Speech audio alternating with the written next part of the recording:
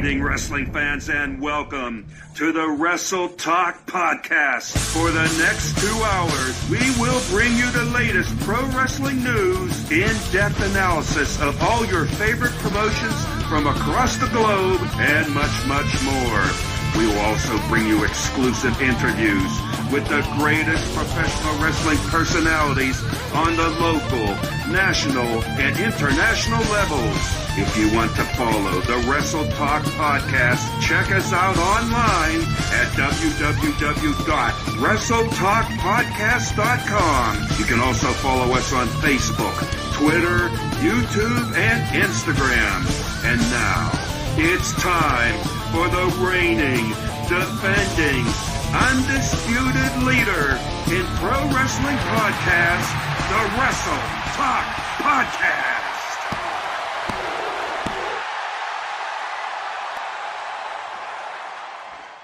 Good evening, Wrestle Talk Podcast fans. It's yours, one and only, the young lion with the old soul, Gabriel Arsen, taking the lead here tonight on episode 487 on our road to episode 500. And I got to tell you, there's a lot of news floating around in the world of professional wrestling tonight.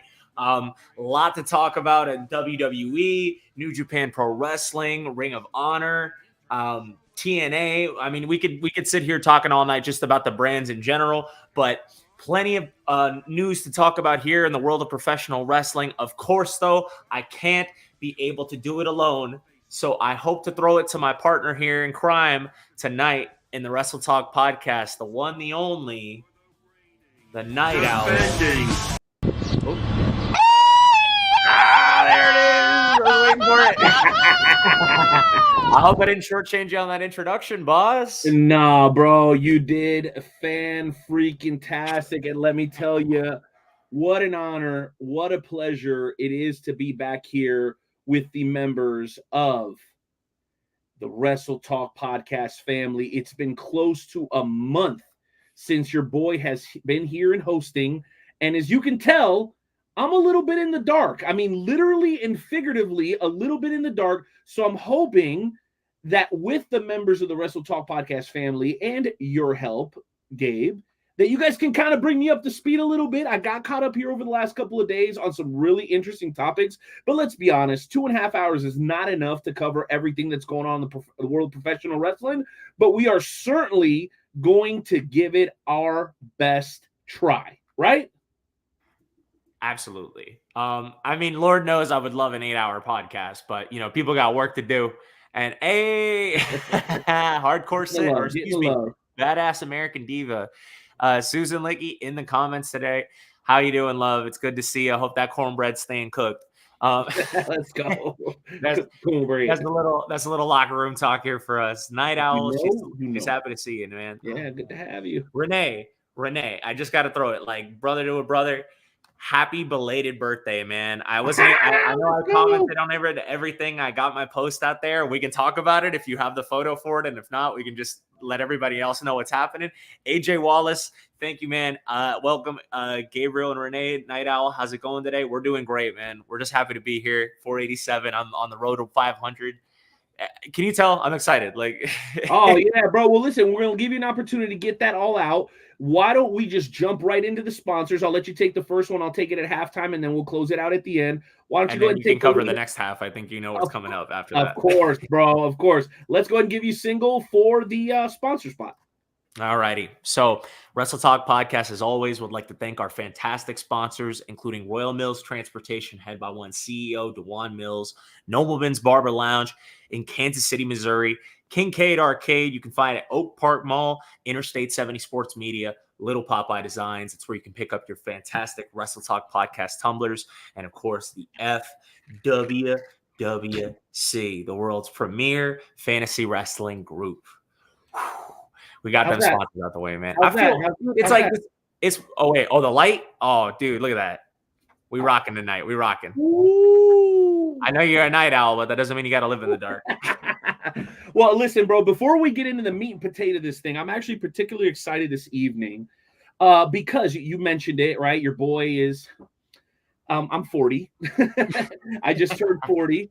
And it was really an exciting time for me. I know a lot of people lament the process of getting older. I understand that there are like a lot of stigmas with getting old or whatever.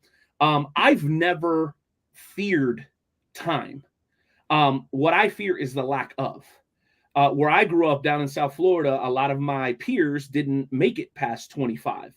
So once I made it past 25, I kind of always felt like I was playing with house money. Now, why do you say that? Shout out to Carp real quick, my guy, I-70 Sports Media. You heard us talk about them a little earlier. Shout out to my guy. Check out their show. We may not cover it here, but we got a lot of people. They don't just talk about wrestling. We talk about sports. If you're into football, we got a lot of people into it. Trust me. Saad, Luchador to KC. Love you too, Jeremy. Did you see the action figure, the Luchador action figure? Did you see that? Somebody shared it? I think it was in the, I don't know if you're in this. This is the Ruler of the Ring chat. Somebody found a Lucha action figure. I think it was David Owen, the sick one. Looks just like Luchador, like him? Bro. Looks just like him. Yeah, he found it out. Somebody's got to forward me that. But right. I'm going to find it. But here's the reason I say all this. 40 years old, I am infatuated with reading. I have found a love for literature like never before. Right now, I'm in the middle of 4 books. I'm in the middle of the Shawn Michaels book, Wrestling for My Life. I'm in the middle of Bluegrass Brawlers by John Cosper. I am in the middle of the biography of Doc Holliday, one of the most badass individuals to ever lace up a pair of boots, though I don't think they laced boots, but you know how that goes. At least not that kind of boots. And then the other book I'm reading, and the other book I'm reading is called Meditations, and these are the thoughts of one Emperor Marcus Aurelius. Now, 4 books is way out of line to be reading at the same time. I think I'm about to add another. Whoop. It's okay. There you went. I think I'm well, about. I wanted to try and joke, and when you said 4 books seems like a lot, I'm like, if you're a peon with a small brain, that's right. Chuck Norris read 4 books before breakfast in Latin. Well, I'm not Chuck Norris. I'm the night owl, as you can tell. My thing is, and this is a very belated point, I think I'm about to add a 5th.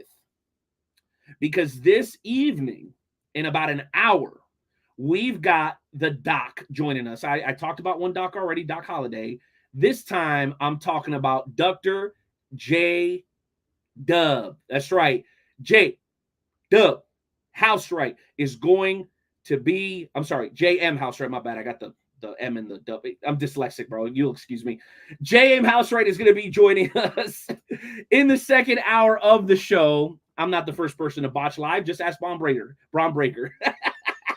That boy's a mess. I'm still owed a chop by Jeremy Lightfoot because, bro, you say this shit like it's fun, and then you got to face the chops, and it's not fun anymore. Look, I got to be a wrestler somehow. This is step 1.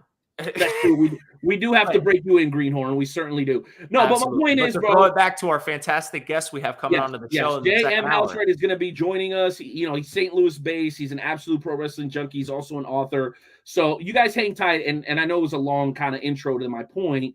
The fact is, literature is not lost. You just have to have people that cherish it. And I think we've got a couple of guys here in the hosts that always appreciate a great book. So I cannot wait. Like I said, about an hour from now, guys, make sure you guys go follow him on all social media platforms. Jeremy Michael Housewright. Jeremy Michael Housewright on Facebook. Super solid dude. We're getting the co-sign by the I-70 Sports Media guys. Jeremy Carp is very familiar, and the rest of the crew over there. Highly, highly recommended. We've actually been working on this interview for several months. Scheduling conflicts and such didn't necessarily let us put it together previously, Gabe, but it is official. We are here.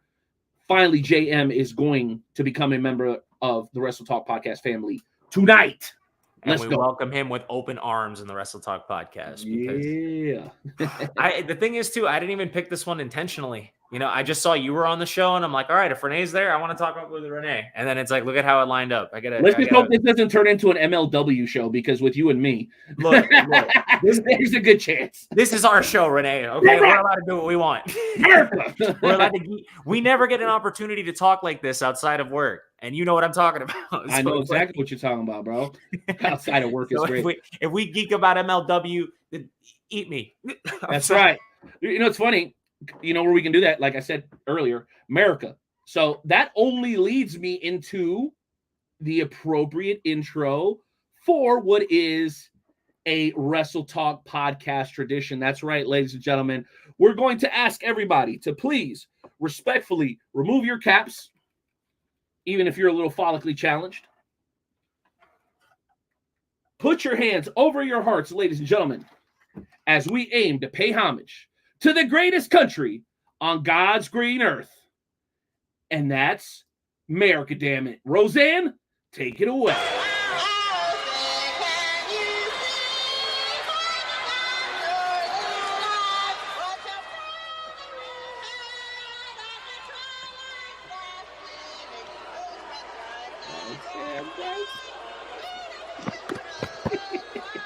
This is so bad.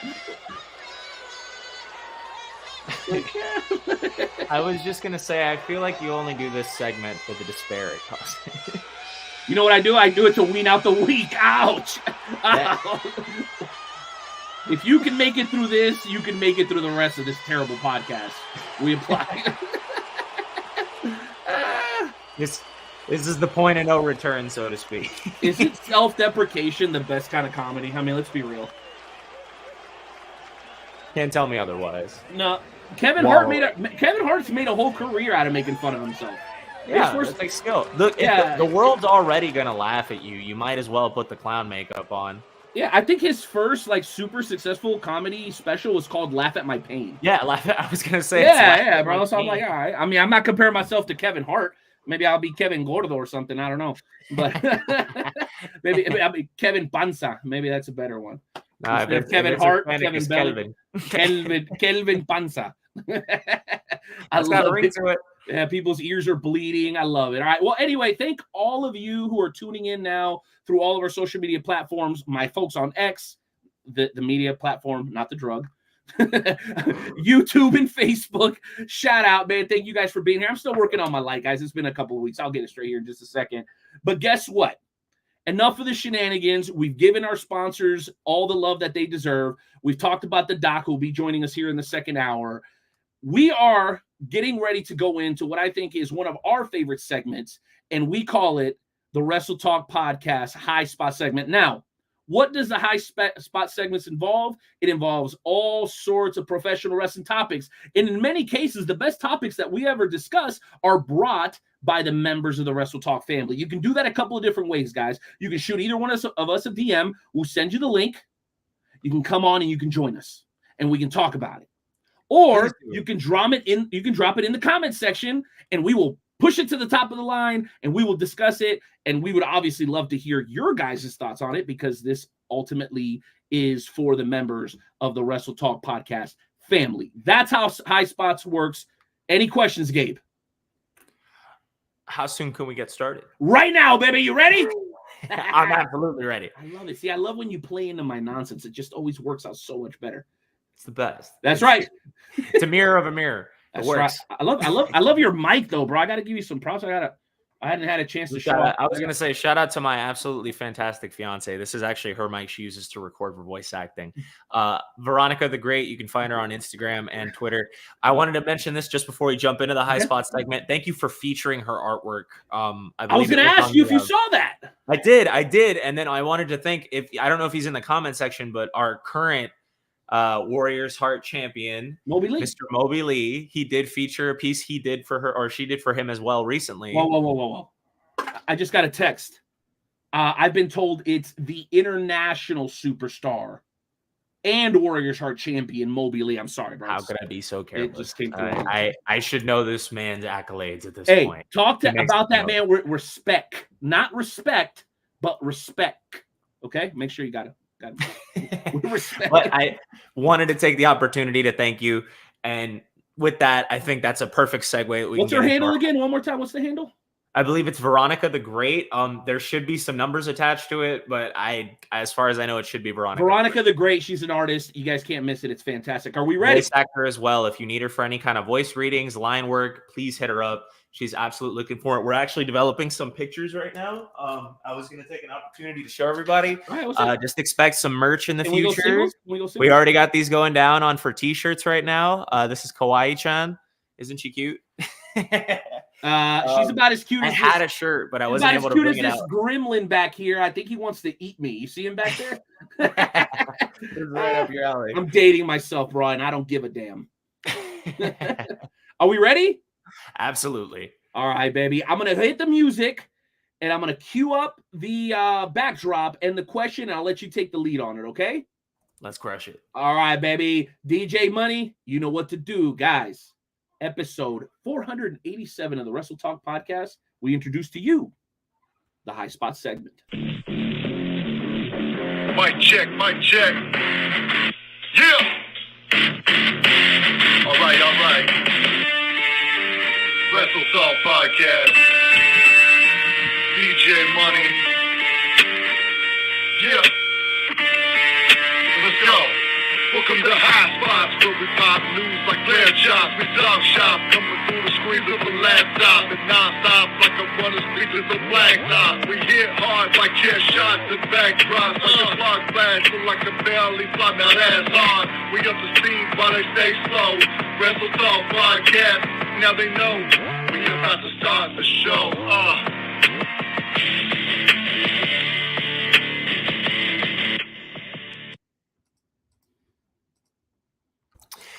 All righty, folks, we're here with several bunch of selections of questions that we're going to have here for the Wrestle Talk podcast to talk about in the world of professional wrestling.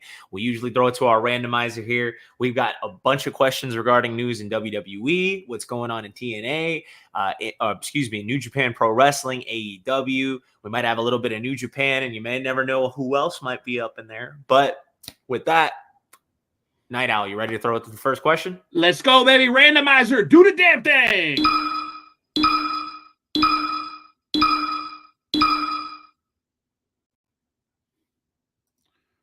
Ooh, Gabe. We have a clip for this. Are you ready to watch it? Can I just throw one thing in before we jump into this? Because we got a comment about it. But if we get a second question involving what's going on with this question, can we have a free roll to make sure we don't get two of the same topic? Yeah, fair enough. Okay. But we want to start with the clip and then I'll read into it, or what do you think? Okay, you know what? Let's go ahead and watch the clip, and then we'll get right into it. How about that? Let's go for it, because I want everybody to catch this. Oh, this is going to be so good. You guys ready? Hopefully the audio plays along with the clip. A little bit of a dice roll here, guys. Cross your fingers with me. Let's go.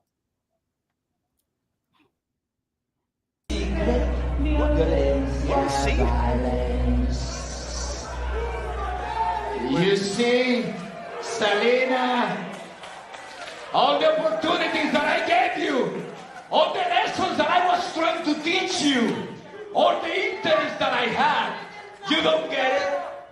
The only reason why is because I am your papa. Oh my God!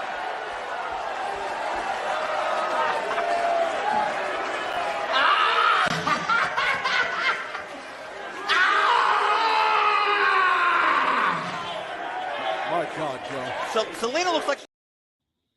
Jeez, Louise, Gabe, I'm so glad we got that clip to work. Oh, man. Guys. I don't like to name drop you because I love to go for you by Night Owl, but Renee, when I tell you how badly I marked when I saw this has been an absolute roller coaster for MLW involving Selena De La Rente, Facción de los... What was it? I'm trying to remember. Facción de los...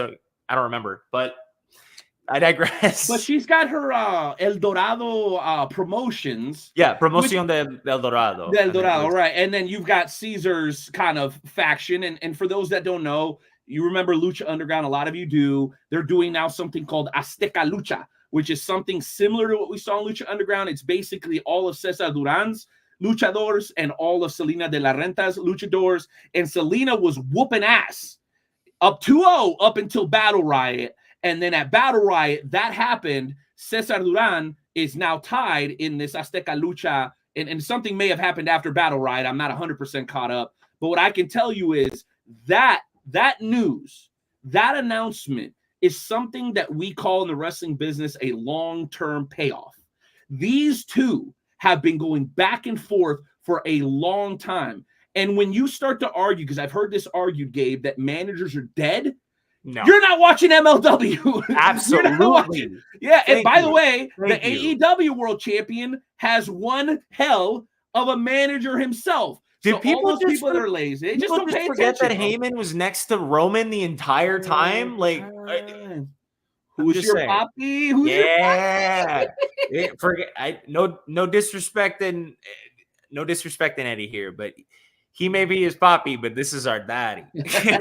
And let's not even bring up Dominic, because I don't even want to have that conversation right now. We have to. You mind with me taking the lead on this? Of course, bro.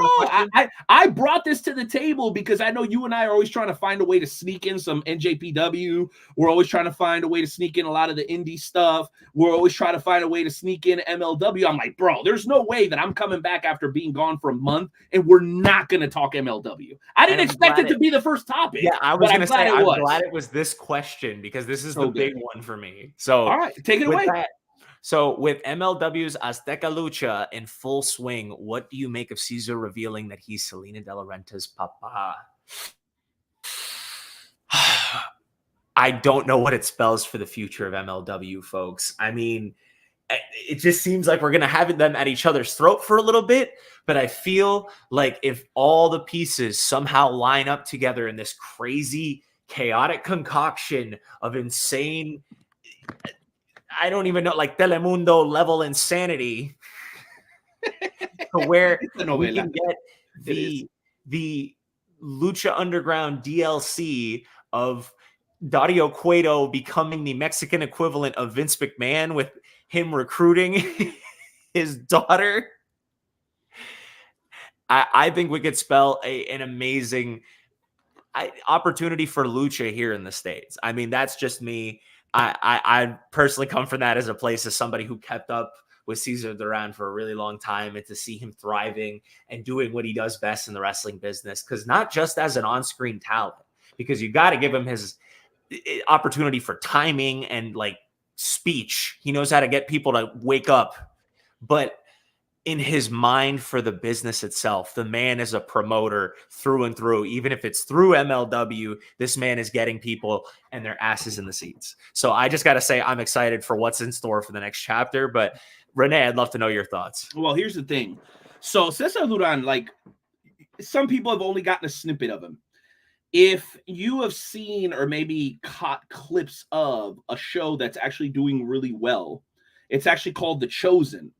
It's been all over social media. It's you can see it in Reels. I think they have parts of it on YouTube and so forth.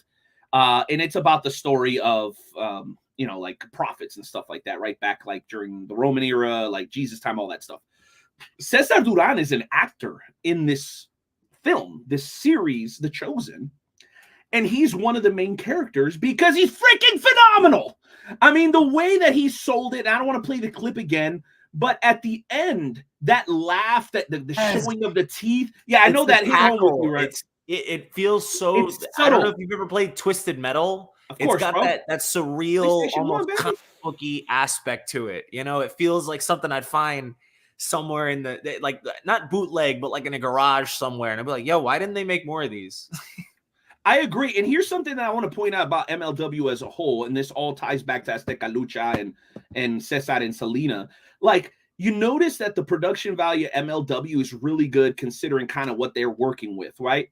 What I think they get right above all else, aside from the long-term storytelling, because that's easy, I think they play into the cultural stuff, and it's not corny, bro.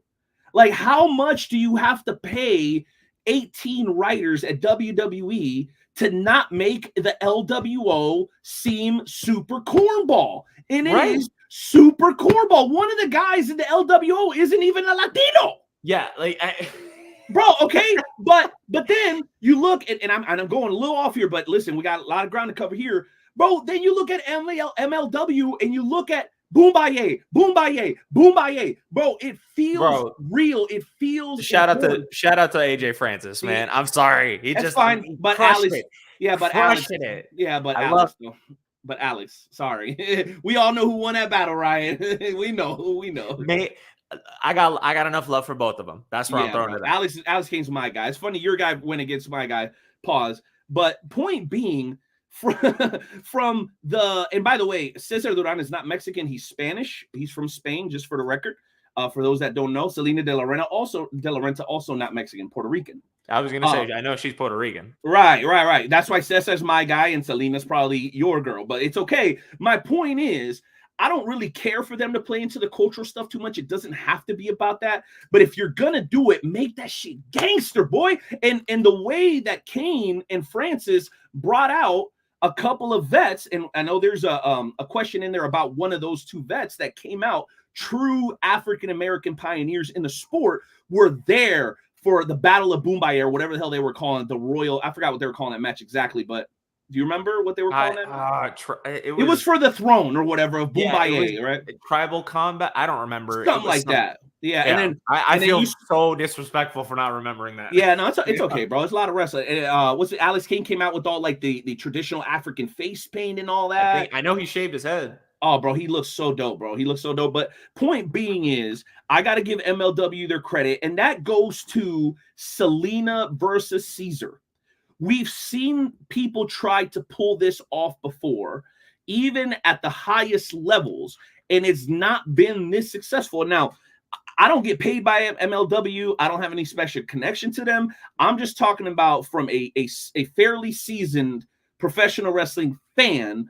For me, it's a lot easier to buy in with how the MLW presents some of these stories. And maybe it's because it's a little bit more adult curated. Like, it feels like the stories, they're not trying to oversimplify it for the casual. They're just committed to the fans that are committed to them. And I love that, because that's exactly how Lucha Underground was. People are like, oh, bro, this shit don't even got replays. I'm like, good. Well, there was one match. It went from the start of the show to the end of the show. I didn't like that. What about this? I'm like, oh, you mad that there wasn't commercials? Oh, I get it. I get it. Thank you, sir. I absolutely adore MLW. I couldn't agree more. Only because, well, to me, it's a niche product with a niche audience that rewards you for appreciating it. You know, I understand that it's only because the audience is dumbed down. That's why it's a niche, in my opinion. Because the production value's there, bro. Court Bauer is somebody to be respected in this business. And the 100%. Guys that they book are fantastic, bro. Love the product. Technical guys, hardcore guys. The fact that I was sold guys, they got on one pay-per-view alone, just, you know, and they made a fan out of life for me, you know, and I'm not, this is our show. I'm allowed to say what I want. Love you guys. That's it. but we could sit here talk. Is this the MLW podcast? I wish it was. But no, I do want to make one last statement on Selena and Caesar specifically. I have to say, and yes, I think we put this up earlier. Cesar Duran is invited to that carne asada. That's for sure. That's Absolutely. For sure. No. Here's what I want to say. I love the dynamic. I love the fact that these two, though they can't compete each other in the ring, obviously, because of his age, and, you know, and she can go, by the way. She has wrestled in the past. I love how they've never pulled any punches on this story. These two have said some of the nastiest, most disrespectful stuff that you're allowed to say. The kind of shit we get away with here on the Wrestle Talk podcast, that's the kind of stuff Selena, and I'm not going to ruin it for anybody. Go back. It's all free on YouTube, guys. You literally don't have to pay for it. Except for the bigger shows or whatever. I suggest you subscribe. They've got great content. I was gonna say, just like get the subscription service and you can watch all of it. Like, there but you don't have to. That's how great MLW is. You can keep they have up all well their enough. content on YouTube. Yeah. Just like some people don't have like Hulu or whatever, they'll go back, they'll watch clips of WWE on YouTube. It works just as well. But my point is, bro, they've pulled no punches. They've let these two go ham. And Selena's reaction, bro, the real tears, and Cesar Duran's evil grin, it just is a payoff for people that have been paying attention for the last several years. And kudos to the development of Selena De La Renta who went from somebody that was kind of on the outskirts of the promotion, here, there, everywhere, and now she is a mainstay. And you can't say she's not one of the top female talents in the sport outside of the ring itself. Like when you talk about promoters, bookers, managers, or whatever, Selena De La Renta, bro, she is carrying her weight and then some right now, especially as a faction leader. How many times have you seen a woman as a faction leader over multiple men? Not often, bro. Not I was often. gonna say I don't see too many female faction leaders, period. Like, I mean, not to say that there haven't Bailey, been we had it for a little bit, maybe. Yeah, like think about like the few that we've gotten, and then it's like how many of them were in charge of guys? That's what I'm saying, bro. People are missing out on this stuff, and they think it's not a big deal because it's not on the E. And I'm like, bro, y'all are really missing out on some good shit. You're missing out on some good shit. Some really good shit. Wrestling is way too accessible now, more than it was 20 years ago, bro. You got no excuse. At least just to watch. It's on YouTube, man. You got YouTube. Everybody uses YouTube now. If you're not watching YouTube University, baby. Go kick rocks. Kick rocks. All right, next topic. Yes, next topic. All right, let's go, baby. Let's hit up the randomizer and move on to the next topic of the evening. Boys in the back, you know what to do. Hit it.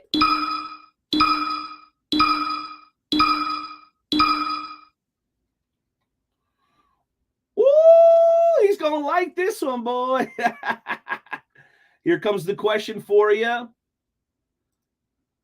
Gabe, can you read that off for us, my friend? I got you right now. I'm excited for this one. Pro Wrestling Noah is set to have Naomichi Marufuji face off against AJ Styles. What does this mean for WWE and future interpromotional matches? I got a lot to talk about when it comes to this one, Night Owl. I want you to start us off just because I want to hear your thoughts, because I'm kind of versed in what's going on. I know Marufuji. I don't know if you've caught any of his matches since the last time we talked about him, but what are your thoughts on this, and what do you hope it spells for WWE in the future? Or Noah, for that matter. I appreciate the opportunity. So I'm going to be very sincere. I have not watched any Pro Wrestling Noah as of late. I've heard of Marufuji, never seen any of his matches. What I can tell you for me, though, is I'm happy for AJ. I'm happy that he made the sacrifices that he did before he got to the WWE. I'm glad that he's built a rapport with them to the point where he is, I hate to say this, because you're talking about allowing a man to do this and allowing a man to do that, but that they're okay with him going and working another show. Now, would I have preferred, Gabe, that it was New Japan Pro Wrestling? Yes.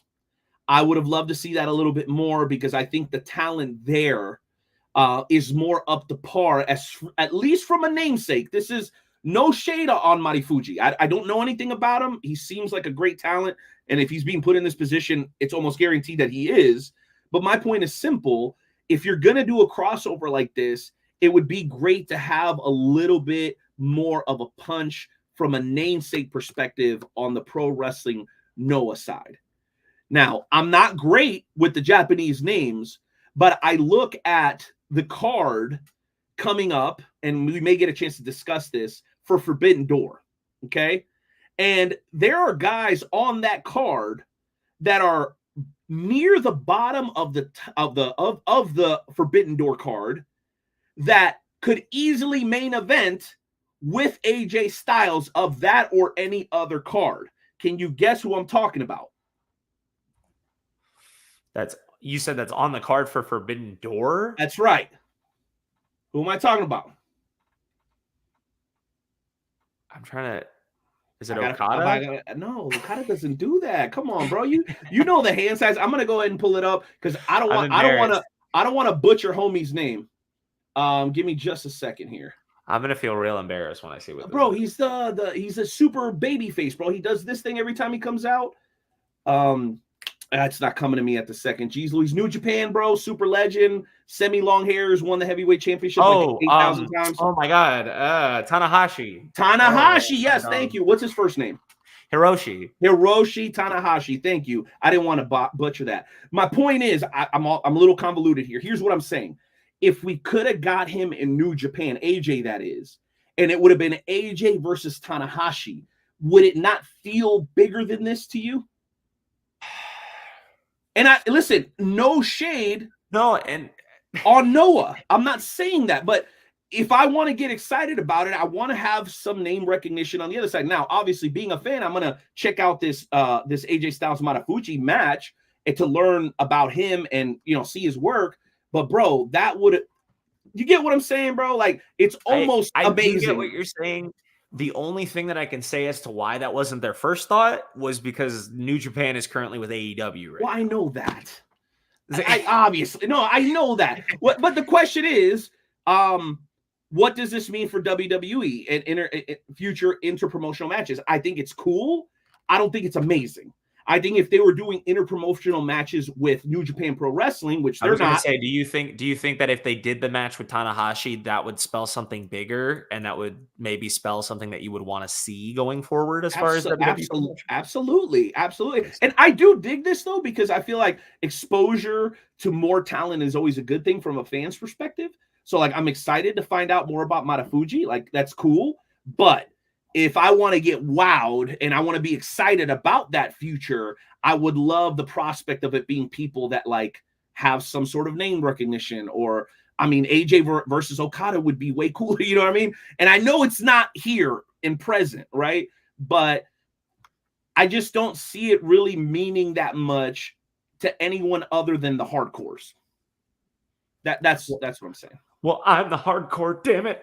That's right. And I'm excited about this match. No, I can definitely respect that as far as where you're coming from. But I guess I'm just really excited to see where it comes. And I think this spells something good for the future, not just for WWE, but just for their interactions. I mean, we've already seen what's going as far as the door opening. I mean, I know we like to use that word. I mean, hell, it's the name of a pay-per-view in 2024. I think it's corny. I love it. I love it. It makes it feel more like one of those crossover comic books, like okay, how many times do you have to go through it for it no longer to be forbidden? I mean, like the first 18 times. Are we talking the meaning of words now, or are we talking the actual meaning of what we're doing here? a little bit of both. I'm like, bro, it's not forbidden if you've gone through it 18 times. I'm just saying, bro. Like, but I'm happy to see what this is. I don't know. I like to know that this leads to more experimentation. I mean, we've already seen what's going on. We have WWE talent appearing on TNA now. We have TNA on NXT. We have WWE guys in Noah, but then we also have New Japan guys in Noah who are also in AEW. It's like the cross-pollination is what I like to call it. It's a nice big stew where everything can feel like it can mix into whatever we get. And then hopefully it opens I don't know that it opens the door. Maybe it being the forbidden door isn't the issue. Maybe it should just be the door, I guess, is where I'm at with it. Because I'm happy to see it. Don't get me wrong. But 100%. If you really want me to be excited, give me something I can sink my teeth into. I want you to watch this match and then come back to me with your thoughts on it. Only because I want you to understand that I think it is AJ, bro. AJ could have a great match with a bag of trash. But he gets to have it with Marufuji, and that's why it's different. Okay, I'm gonna check it out. I'm just saying, dude, it's like when Queen was with Bowie. That's it. It's just you get magic. That's what's gonna happen, man. It's magic. But I'm sure you're screaming about this all night. Okay, so here's the deal.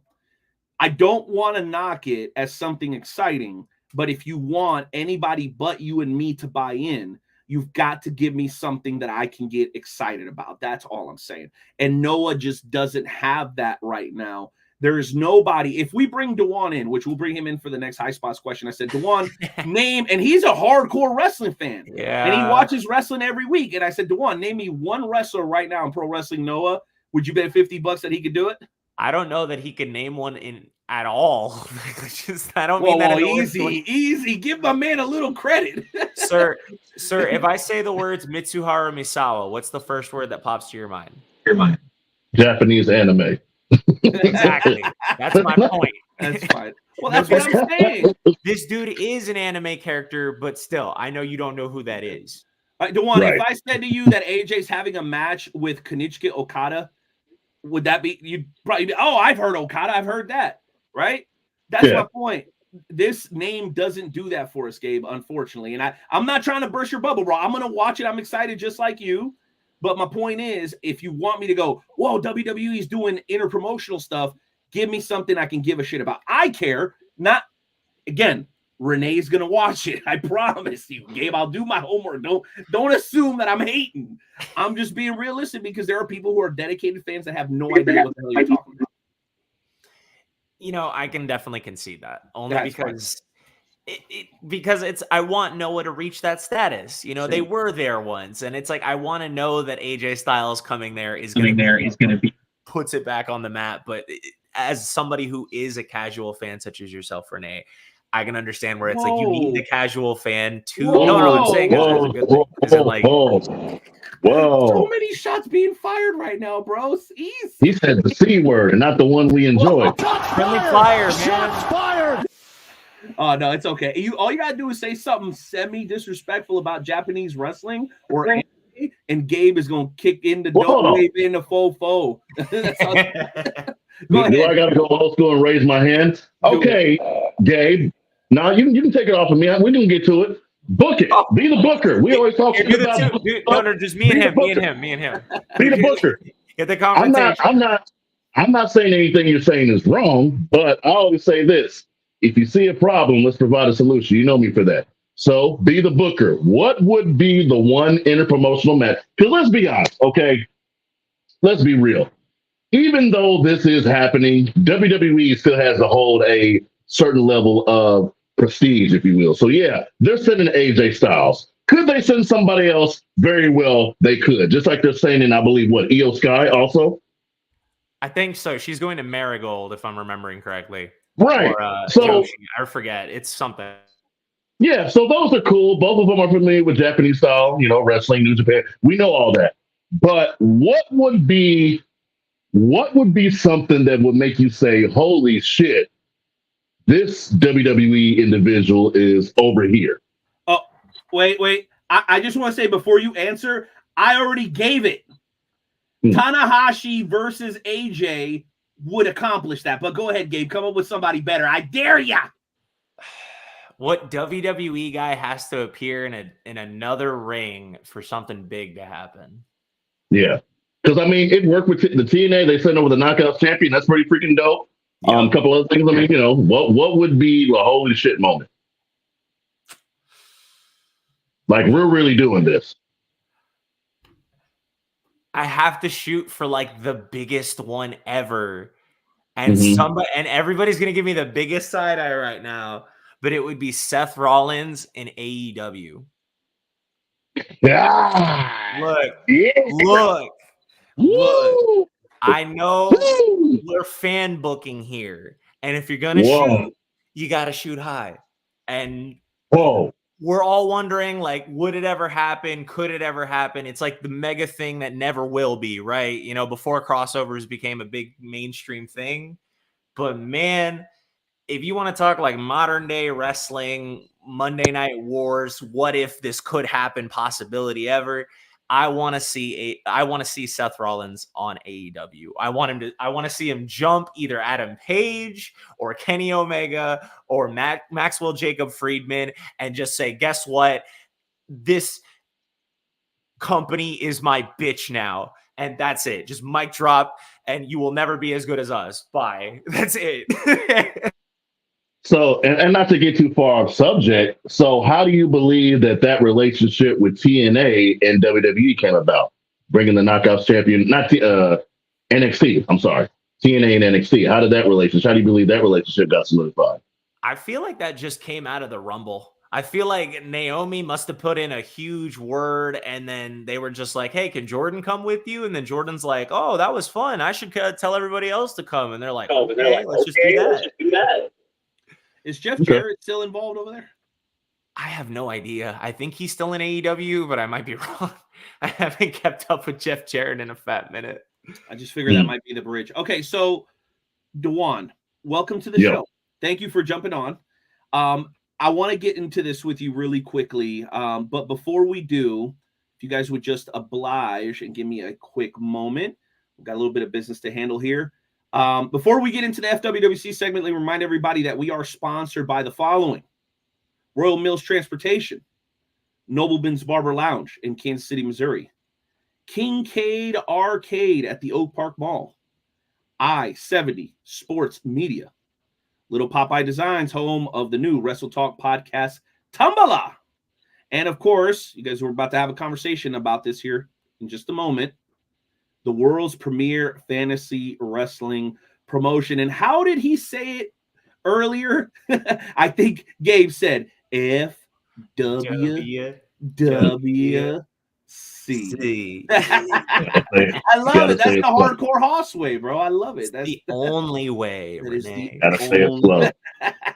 I love it. So, guys, please continue to support all of our wonderful sponsors. They appreciate it. We appreciate it. Now, back to our regularly special show. Promotional consideration paid for by the following. All right, Dewan. All right. FWWC Business, the world's premier fantasy wrestling promotion. We've got Big Daddy P coming on after you. After that, we got Mr. Housewright. The Doc is going to be joining us. A lot has happened since we've had you here on the show.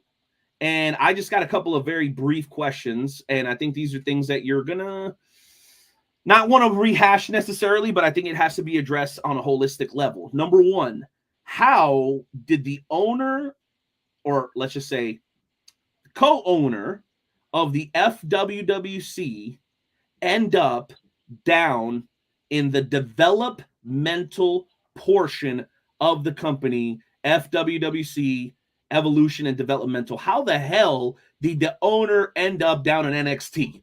This is like Triple H being sent to NXT and having to wrestle from NXT and working his way up. Can you please explain to the people how the hell we got here? Because it don't even make no damn sense. I mean, if you saw the court, I was a lead of all charges, wasn't, convicted of anything. So I'm innocent in those aspects. But if I'm being honest, let's be real, y'all. This is the business. And at some point, everybody has to pay their dues. I believe that my actions, though they were not warranted, there was some wrong to it. And, hey, I'm doing what's right. I'm doing what's just. I am doing what I aspire to do, and that means making this group a better place, continuing to make this group a better place. And my involvement in the FED, as you guys might have seen, I won my first FED match a couple weeks ago against Rage. Boom. Like I said, I've been in this business for 11 years, 11 plus. But you can never be too big, and even El Mata tell you this, you can never be too big to get better. You can never reach a level of quote-unquote expertise in this business to acquire more knowledge. And that's what the FED is about. Hell, we saw Cody Rhodes on NXT the other night, okay? The undisputed champion. So my role in the FED is exactly what you guys see. I'm down there. What do they say on the Harlem Nights? Knock mother effers out. and that's what I do. And I am there until further notice, and I'm having a great time. There's some things coming up here in the FED that I'll be involved with. It's a couple more matches, but hey, I'm there, baby. Okay. And I appreciate you answering that so eloquently, but I think you averted the elephant in the room. And the elephant in the room is that you were alleviated of all charges but one. Mm-hmm. The charge that you were found guilty of was abuse of power in the FWWC. And the way that it was ruled, regardless of how you feel, was based around the fact that it was determined that you tried to force your way in to the main of of Universe Mania 10 just a couple of months ago. You never actually, the press has asked you, we've seen you in interviews, I'm going to give you another opportunity. Do you find any merit in the accusation that if you want to main event the biggest show for the biggest Fed in the world, the world's premiere, that you should have to have regular matches like everybody else? Because ultimately, I believe in, and I think the whole thing was a sham, honestly, except for this one crawl in the back of my neck, or I don't know, where do crawls go? I don't know. I'll have to look it up. My point is that crawl stuck somewhere. And that crawl is for everything that you've accomplished here, Mr. Mills, as co-owner of the FWWC. We have not seen you in regular week-to-week, month-to-month, pay-per-view competition over an extended period of time. And I think if you're able to accomplish that, then you could very well earn your way. Now, we're a long way from the main event of Universe Mania. You're just starting off in FED. You got your first win. Congratulations. But to main event A Universe Mania? I mean, Remy Ricks got kicked out of the company and came back for an opportunity to main event. Gabriel Arsene used to be just some dude, and he had to come back as the Man of Flame in order to be able to main event at Universe Mania. So whether you're the owner or not, I think there's some tangible like credibility to the idea that even if you're the owner, you can't just book yourself in the main event, Dewan. Like that part of it hits. I'm not with Mata, bro. You know me. I'm biased. I'm just playing. I'm playing the game. The cards, ways are dealt. Handling business the best that we can. But that stuck with me, man. Like everybody, you don't see me trying to book myself in Universe Mania. I'm not a competitor. I'm the night owl. I'm an administrator. So I want you to answer that, bro, and then we'll go ahead and move on to Big Daddy P, because I think that's what the people really wondering. Is there a part of you that understands why you're going through this process? Go ahead, man. Obviously there is. And I mean, if I'm being 100% honest and transparent, you know, my role here in the FWWC on the administrative side was very demanding, extremely demanding. Something I don't believe that a lot of people understand. You understand it. Gabrielle understand it. All the people on the staff understand it. You know, booking week to week, match to match, month to month, things of that nature. Now that I got a little bit extra time, if you think I'm a badass when it comes to the administrative side, wait till I can put my whole full potential on the competitive side. And actually, I have a match this upcoming Friday against none other than Yoko Kasumi, another Japanese anime fan. That promo of mine should be dropping here in the next couple days. But just watch. These next 300 plus days are going to be very, very interesting. So my final question is this, and Gabe, if you got anything for him, we'll go ahead and hit him with it before we get out of here. So is that the goal? Is Universe Mania 11 against El Mata the goal? Is that what you're here for? And if so, what does one Julius El Cairo being in between you two, what does that mean? My goal? Honestly, I don't know what this El Mata story has been going on for 10 plus years.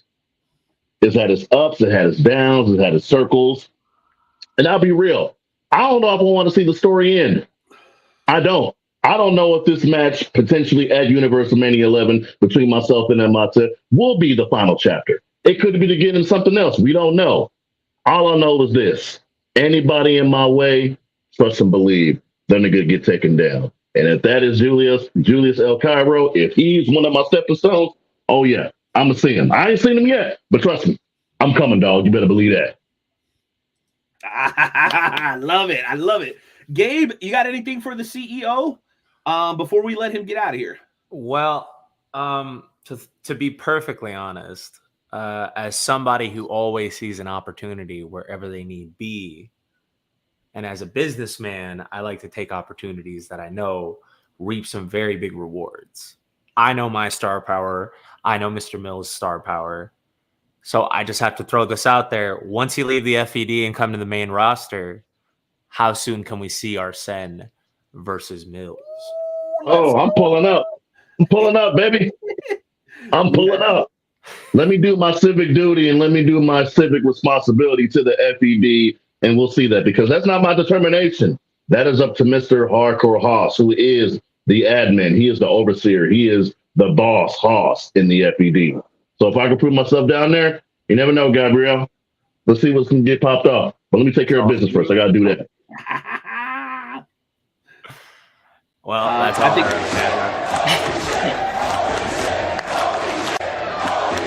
In the words of one of my heroes, Cesar Duran, violence!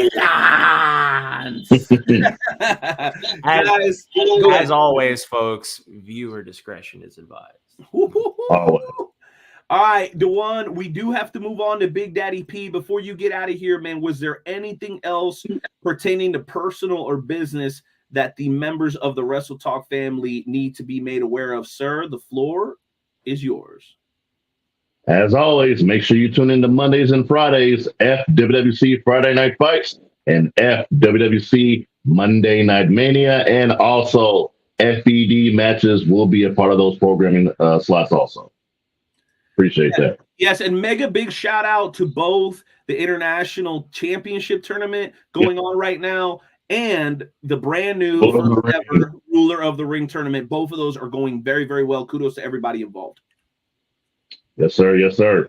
Gabe? And I recommend everybody keep an eye out, because not only do we have the Rule of the Ring coming up, but Money in the Bank is right around the corner. That's next. I have one last, very, very last question. Can you confirm or deny the rumors that there's going to be a cash in on the World Championship going into Money in the Bank? Do you know? I've heard, but I have no idea. Listen, hey, hold on, wait a minute. Hold up, dog. Listen, I am FED, so anything y'all got going on the main roster, hey, remember that shit? Hey, FED and main roster, guess what? CEO, don't know. That's my new name. That's my new name. CEO, don't know. FED is me. This was all the elaborate plan against Dewan so that he didn't have to do any more paperwork. This is his paperwork. Y'all handle that. I'm out. Peace. Peace. Ladies and gentlemen, the CEO of the world's premier fantasy wrestling promotion, the FWWC. That's right. I love it. Gabe, what a tremendous show we've had up to this point, man. Just quick initial thoughts on the show thus far, man. I mean, we've been rolling, dude. I'm looking at the clock right now. We've only been hitting an hour. Like, we're still 3 minutes before then, and it just feels like it's been 10 minutes. And that's the best part is, time flies when you're having fun. And I have fun a lot doing the show. Like, it's work, but it don't feel like work. And that's the best kind of work. Well, guess what? We ain't done yet, baby, because it's about to get even more big and bad in here. Because my big brother, one of my mentors, man, a guy that I see as a role model, both as a man, spiritually and professionally, he is the proprietor of Painter's Dream Productions, and he's actually going to be joining us for our next High Spots question. Ladies and gentlemen, make noise for our resident chaplain. You know him. He's BDP, Big Daddy P.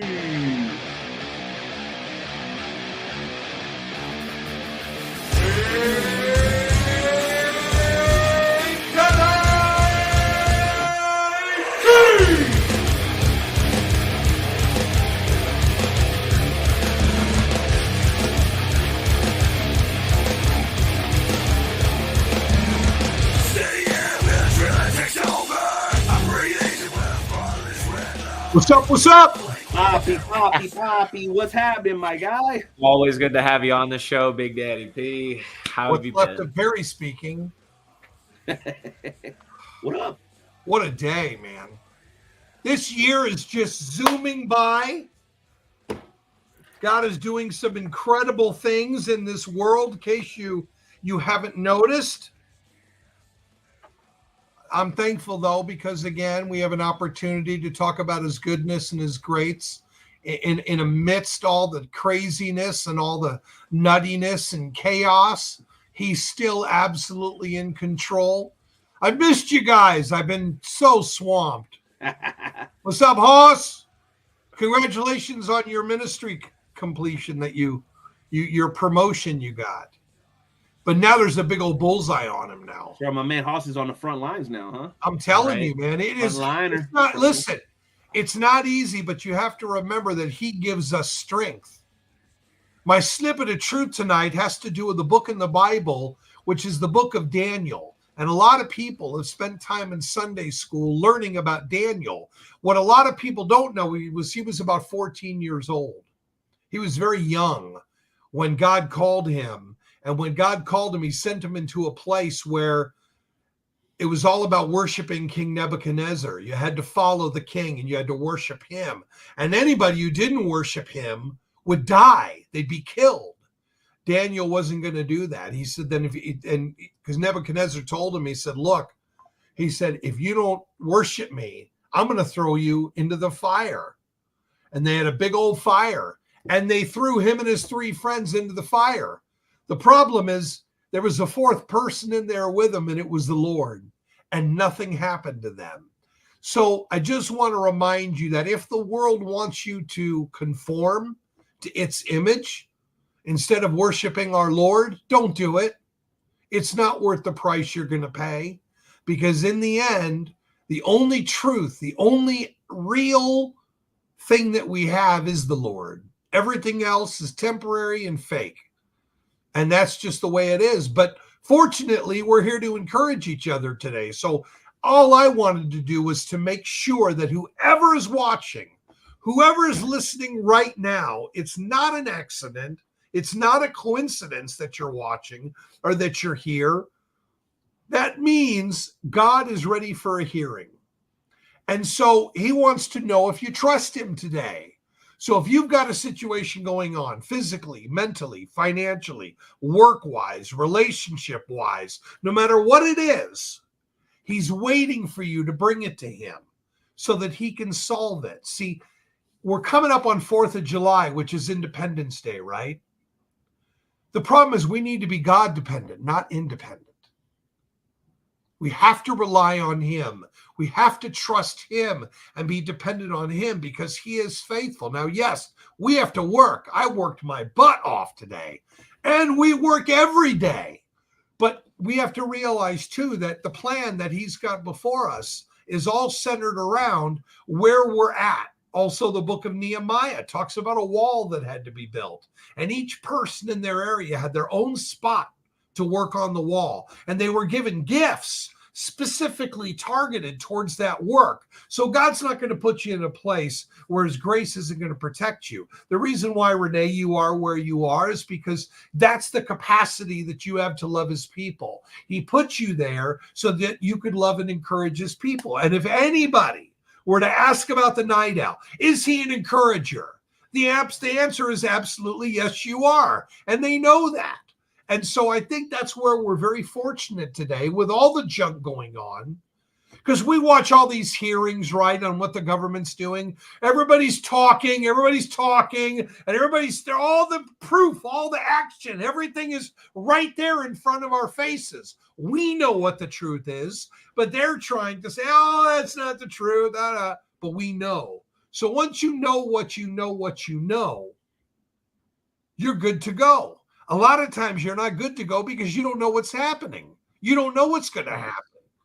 If you don't know where you're going and you set your GPS, you're going to get nervous because you're not going to know if you're going to the right place or not. But when you know, when you know what you know, nobody can change your mind. Nobody can make you turn from the path that you're going on, no matter what that is, whether that's for God or against God. There are a lot of people that don't believe in God, and that's all right.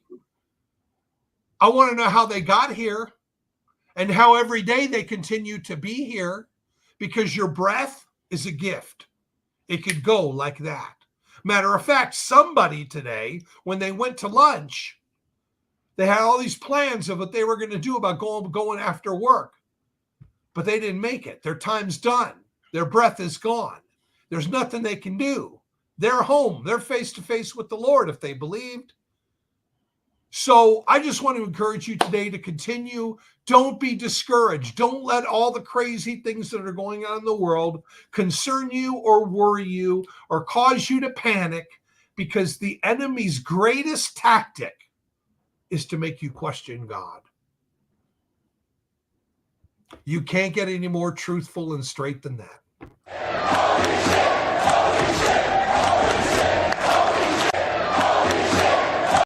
Bro, I can't remember the last time we had two of those chants in the same show. Big Daddy P, you my dog. You my dog. You be killing that every time. He is awesome. He is awesome. He is awesome. Okay. No. You gotta start getting that chant over. No, that was for what you said. Here's how we feel about you as a person. Never drew a dime. Not a dime. Not a dime. Never for me, sir. No, thank you. Come on, man. Big Daddy P, if there's another thing that people will say about the night owl, it don't matter how fired up you are. I've just got this special way of deflating people's balloons. It's just my talent. It's just what I do. All right. It's all good. It's all good. Did you mention something about high spots? Yeah, of course. Of course, we're going to get to that. I have one other question for you, though. We have seen the progression of what you've done in your professional career. For a good long time there, we were working together on the website. I actually saw you post something recently about Painter's Dream Productions. Usually we leave this for the end, but I want to make sure we get to it now. Can you talk to us just briefly before we get into that next High Spots question, what it is that you've got going over there at Painter's Dreams? Because I know that's how you pay the bills, bro. And I've got no better way of paying you back than making sure people know all the incredible work that you do. I know you got flyers, promotional stuff. I've seen it all over the place. There's a trade show coming up. Drop it. Go ahead. There's a trade show coming up in Sparta, Tennessee. And Painter's Dream Productions does website design and management. We're affordable, effective, reliable, and proven. Everything you want to know about website design and management and SEO, you can go to paintersdream.com. We also specialize in book publishing. This year, we published 3 books from 3 to 4 different authors. We've got another book coming up as well. Audio, video production, social media marketing, anything to do relating with getting a very important message out there. That's what we do. Paintersdream.com. And I've been in business 23 years. Only been to jail for child support. Oh, whoa, where did Perry go? I'm here. Sorry, Perry. That's all right. A little bit of a lapse there. But so you said you only went to jail for what? Child support twice in 23 years. That's all, y'all. No, think about it. When you owe, let's just say $1,200 a month, and you got to run your own business, and you got to pay the expenses plus take care of your family, it's purely miraculous. But the times I did go to jail, God had a specific person in mind. Matter of fact, I shared this story one time about how my first time in jail, I'm amazed. I was only in jail. I was 44 years old for the first time I got caught. It's fascinating. But at 44, I end up in jail, right? I'm so excited because now I get to read the Bible uninterrupted, right? No phone calls. Hey, no 3 hots in the cot, baby. What's happening? I was like, all right. So I sit down.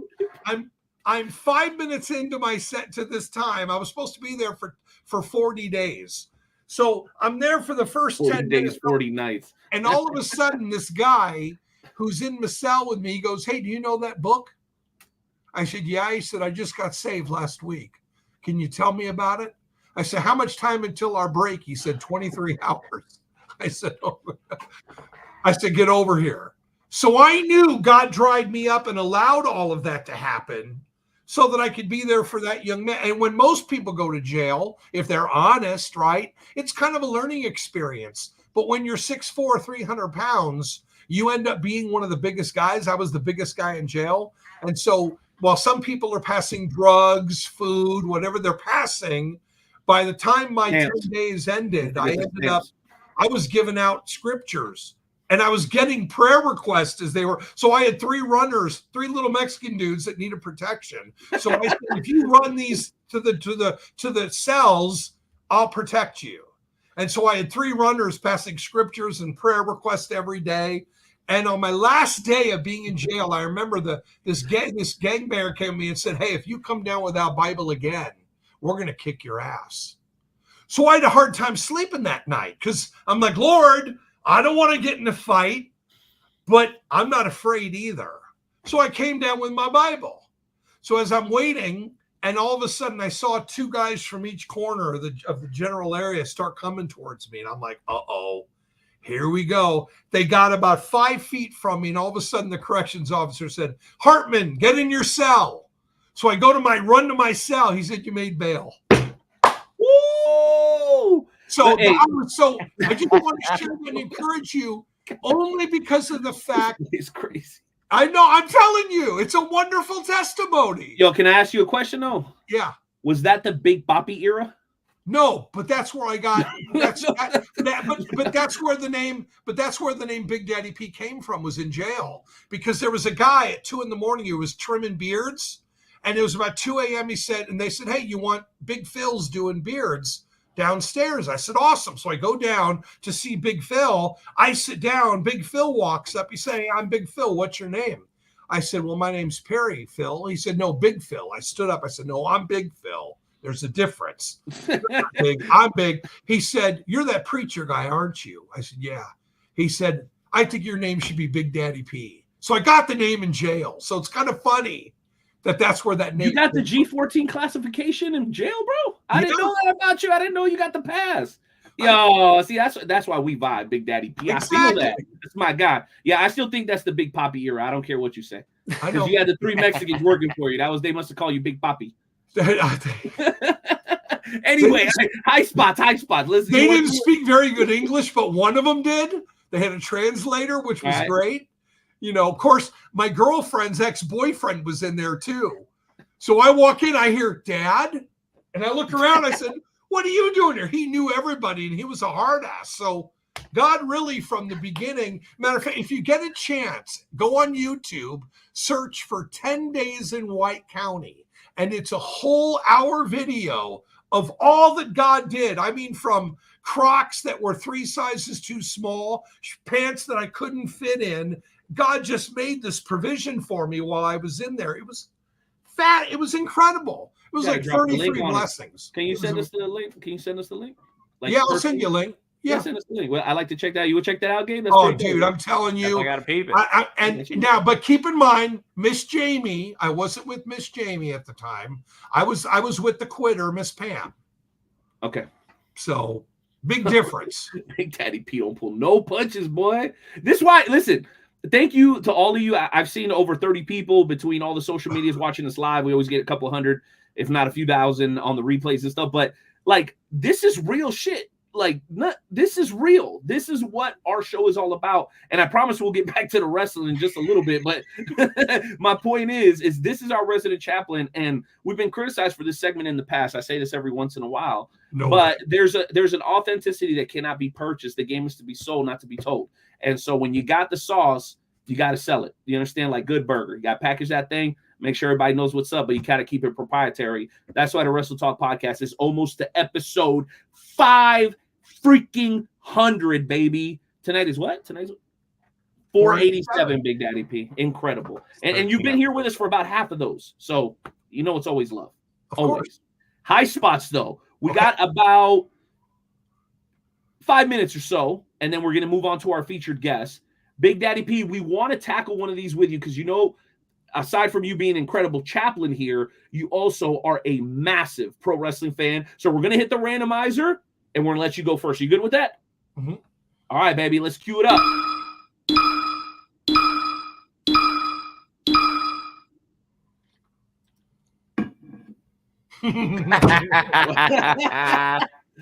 My favorite topic lately. I'll go ahead and read it off. The question reads, with WWE now settling into the Triple H era, not to be confused by the Big Papi era, how do you feel the edgier content is coming across? Big Daddy P, the stage is yours. I love it, especially this story right here. This story, I love it. I love what Triple H is doing. I love the direction it's going. Thank goodness they finally brought Howdy out. God, I was getting so drained to those, sitting there trying to pause my thing so I can get the scan. I mean, that kind of irritated me, but it was very creative. But I love what Triple H is doing. I love what Liv Morgan is doing finally. Except poor Dominic is trying to stay out of hot water all the time. And I don't know if that's a work or a shoot, because again, he's got a fiance, doesn't he?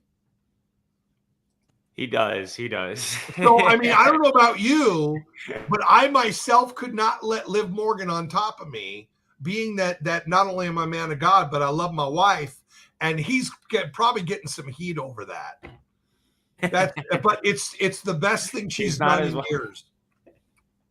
See, Renee, do you mind if I piggyback off of that? No, because please. I couldn't agree more. I love this. I mean, I'm glad it's not the entire card, if that makes sense, but I'm glad we have just one segment. You know, I like my wrestling to have some diversity. I like a little bit, you know, if I can get some realism, yes. If I can get a little bit of sports edutainment, absolutely.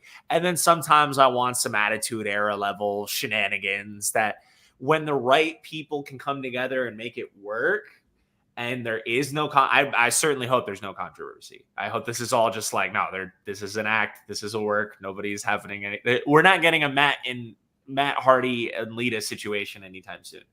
But well, the day's not over. I mean, that's right. Matt's the free agent, right? I think so. I'm telling you, they might go back to that. They might start pulling some of these old stories out, especially if the guys are available. And the Chris Jericho, the learning tree with Bill. Brilliant. One of my favorite also segments, because he's just like, hi everyone, how you doing? It's so over the top that I couldn't buy the other stuff. So I love it. I think it's great. You guys are not going to believe this take. What's up? You're going to make a lot of enemies. I hate this. I really hate this. I'm going to be honest. And I want you guys to follow this logic, okay? Denzel didn't win his Oscar until he turned into Alonzo in Training Day. He didn't win it for Malcolm X. He didn't win it for Book of Eli. He won it for being a corrupt cop. Halle Berry didn't win her Oscar until she slutted out to Billy Bob Thornton in Monsters, Inc. Okay? Hey, the doc is in this backstage. He's got all his blue M&Ms and his Fiji water, and he's giving me the thumbs up. He's feeling me on this. I cannot wait. The doc, J.M. Housewright, is going to be joining us in just a couple of minutes, guys. But let me get to Liv Morgan. This girl has paid dues for years now. And all of a sudden, Rhea Ripley, like a bolt of lightning, flashes to the top of the card and has got a grip on it, vice grip, for over 2 years. Was it the injury? Was it burnout? I don't know exactly what it was with Rhea Ripley. But I feel like the only way Liv actually gets her title run, hoe phase. Now she's got I'm sorry, Perry. And you, as my man of faith, I thought you were going to be with me on this one, Perry. I did not think you were going to buy in, and I'm with you. I've been waiting for her. She's been so lukewarm. Yes, I'm with you, bro. I wanted her to get this opportunity too, but not like this, bro. When she said to Dominic, when she said to Dominic, no, you'll have to take it off. I said, wonderful. It's about time. You're a dirty old man. No, I'm not. No. Understand, and don't get me wrong. It's nothing to do with physically her. It's the fact that Dominic, he's trying to act like he's not interested.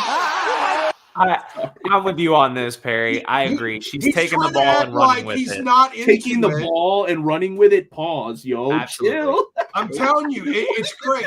And you're calling him the dirty old man. You said ball. I'm just thankful again that we have the variety we do. That's all I'm saying.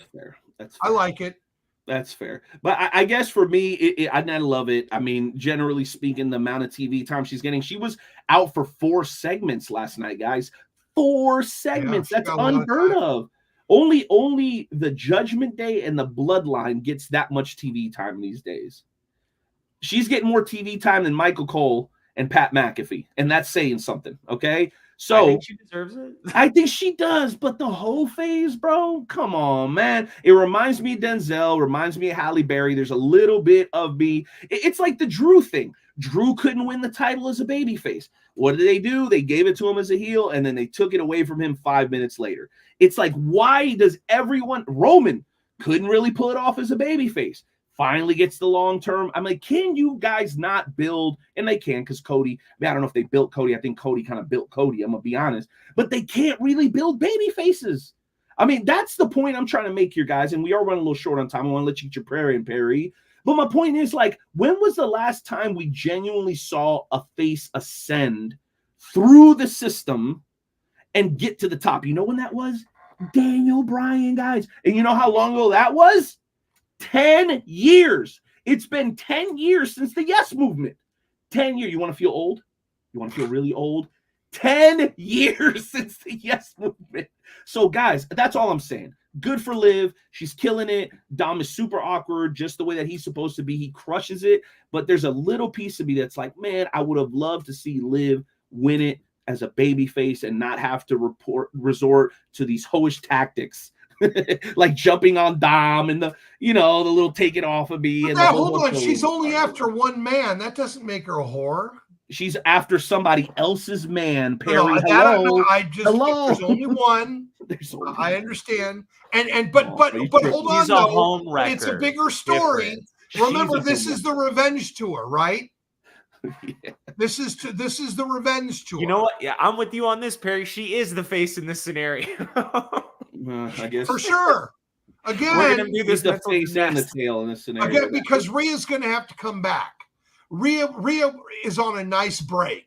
Oh, fortunately, she's on Becky. I thought Becky was the one that really ruined it for Liv. What happened to that? No Becky revenge? We could talk about that later. Okay, that's fine. All right. Well, Big Daddy P, thank you for your insights on an amazing and kind of challenging high spot topic. You want to go ahead and close this out here in the Snippets of Truth segment with a short prayer, please. Anybody have any requests? Everybody doing okay? We need to get back to soliciting those.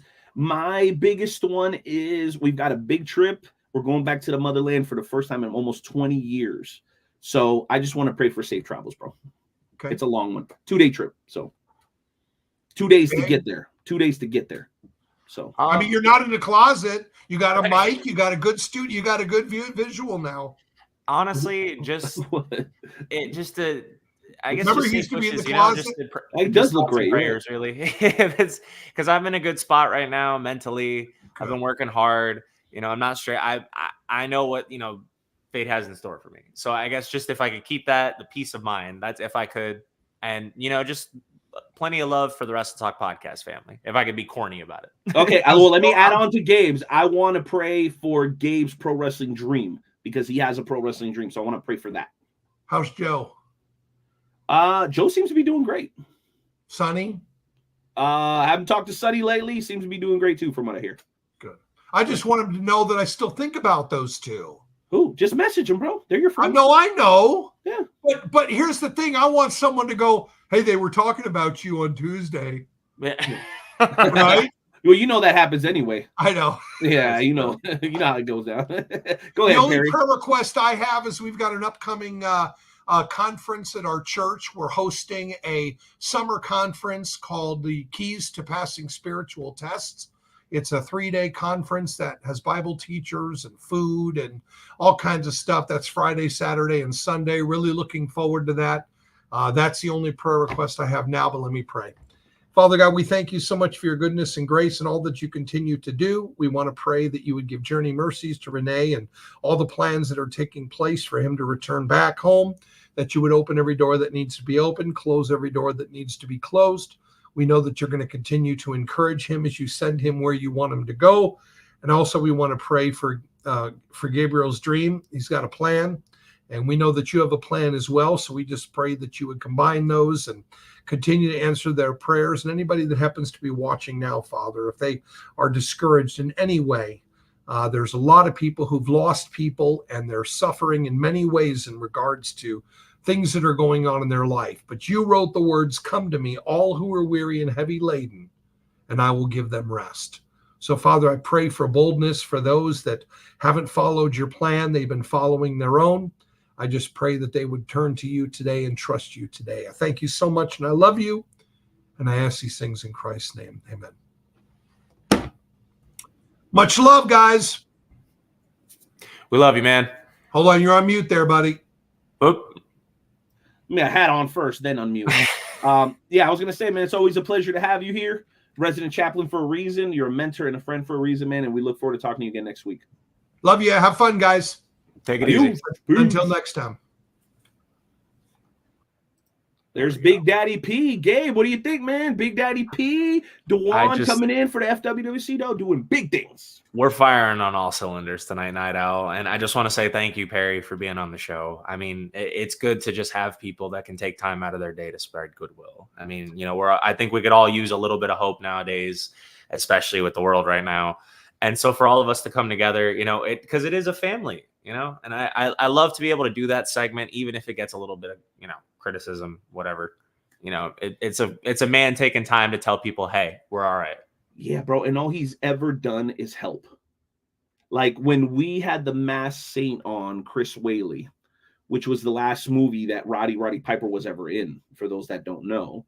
So this was on Netflix. It's called The Masked Saint. It was on Netflix for a good long time, kind of a cult classic for wrestling fans. That's how we got introduced to Big Daddy P initially, actually through the movie. He was doing promotion for them. And since then, bro, he's, like I said, done nothing but try to help Wrestle Talk podcast, never asked for anything in return. And that's why we platform him. We give him his opportunity, come on, say whatever he wants to say. And it's no different. Like when JM comes on here in about 30 seconds, we're going to ask questions. He's going to be able to answer them freely. We don't discriminate. We don't hate. There's no mute button here in reality, except when I forget to turn mine off. There's no opinion that it's unwelcome, whether it's religious or political, whatever. We truly believe in free speech here on this podcast. Unless you're just saying mean, cruel shit, then we're going to cut you off. And we don't like hate either.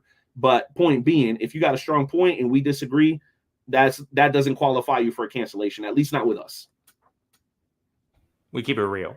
That's right. 100%. Are you ready? Absolutely. I think we've kept this man waiting long enough. And All right, we have. Well, he's a true gentleman, and I'm sure we're going to have a great conversation. So let's go ahead and hit the song in the back, baby, as we welcome in tonight's featured guest of the evening. Like I said earlier, we've been working on setting up this interview for a couple of months due to some scheduling conflicts on our behalf. We weren't able to necessarily put it together, but finally now we get the opportunity to interview the doc, a man who is representing the Midwest, just like yours truly. I know you're down in Florida, Gabe. We got a lot of love for you, and it is what it is. You know, I'm originally a Florida boy. Everybody knows this.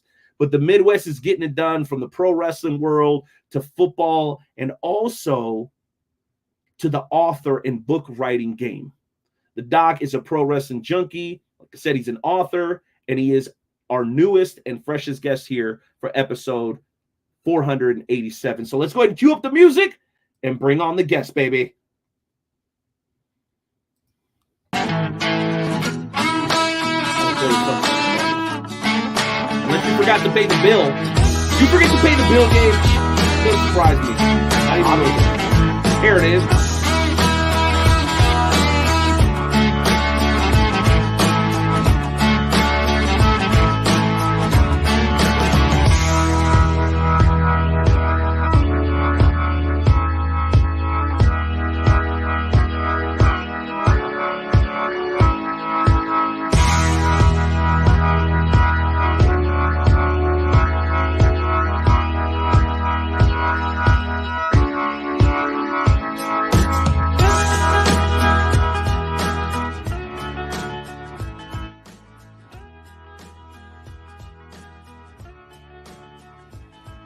Ladies and gentlemen, once again, it is my pleasure to welcome in our featured guest of the evening, author of For the Love of the Show, the one and only, the Dr.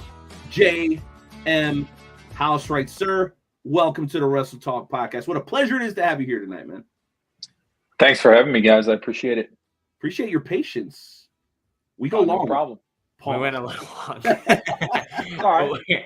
We're glad to have you on the show, and we love to hear your opinions on the topics we have here tonight. But sure, it's a pleasure to have you. Am I good to call you Jeremy? I hope that's all right. Absolutely, man. Yeah.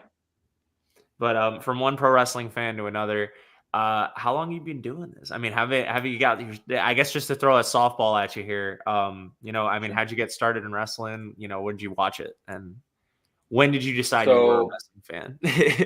My grandfather took me to my first show here in St. Louis in 1987 when I was 6 years old, over at the Kiel Opera House, which is now was the Peabody Opera House. Now it is the Stiefel Theater. And my grandfather wasn't a wrestling fan, but it was just something that we did together. We'd go sit up in the nosebleeds. I still got the ticket stubs to this day from that event. But Hulk Hogan was on the card against, I believe it was Paul Orndorff that night. So we loved Hulk Hogan. That was my guy growing up. Throwback. Yeah. That's a throwback. Wow. Not for me. Not for me. That's not a throwback, Gabe. You jerk. But you are a wrestling fan, and you are an author, so I guess I just wanted to touch base on your book, For the Love of the Show, pro wrestling I am so sorry. Fans tell their stories. Fans tell their story. I'm sorry. I read that so badly. I have it written down. When your handwriting's so bad, you can't read it. But I wanted to mention the book because, that name, it says wrestling fans, and obviously the community is just as important. You can't, as much as we know that there are some guys who can go in the ring, it helps to have an audience with them, obviously. Yeah. So I guess just at the top of the start, what are some, fan stories that you've been told here? Some noticeable ones notable ones. But so I guess the main one of my favorites from the book, and just so you guys know, I am writing a sequel. I'm in the process of a sequel right now. I had a question about that. But I guess my favorite story from the first book would be Derek Baker. Derek is a guy from St. Louis who is on social media. He has 3 million followers on TikTok for Baker Banter. Wrestling fans know him pretty well. He is a wrestling fanatic to the point where WWE takes care of him and his family to all the big shows. And I happened to be covering SummerSlam in Detroit last summer. And I was down on the field on a riser shooting photos. And I happened to look up, and there's a line of like 30 people. And they're all there just to get a picture with Derek. And Derek and his sisters use Baker Banter as a way to spread the word and represent the Down syndrome community. And they do great work. They're great people. Incredible. And, it's a great story. There's videos of him backstage meeting CM Punk, meeting Cody Rhodes, meeting John Cena. He gets to meet everybody he wants. I mean, he's living the dream as far as wrestling fans go, So, and you got an opportunity to meet him? Oh yeah. I actually, I had known who he was for quite a while, and I have to find him. I'm surprised I never heard of him before. Yeah, look up Baker Banter for real. We wound up meeting at a Panera, and I think we sat, myself, him and his sister sat together for about 3 hours one night, just talking. So, Derek's a great guy. I met him at Royal Rumble here in St. Louis in 2021 or 2022. I can't remember which one it was, but that's when I first met him, and I got a photo with him. He's also a big Chiefs fan, which I like because I'm a huge Kansas City Chiefs fan. Let's go. Yeah. Like that. And Derek is a great guy. So I tell his story. Yeah, he met LA Knight recently.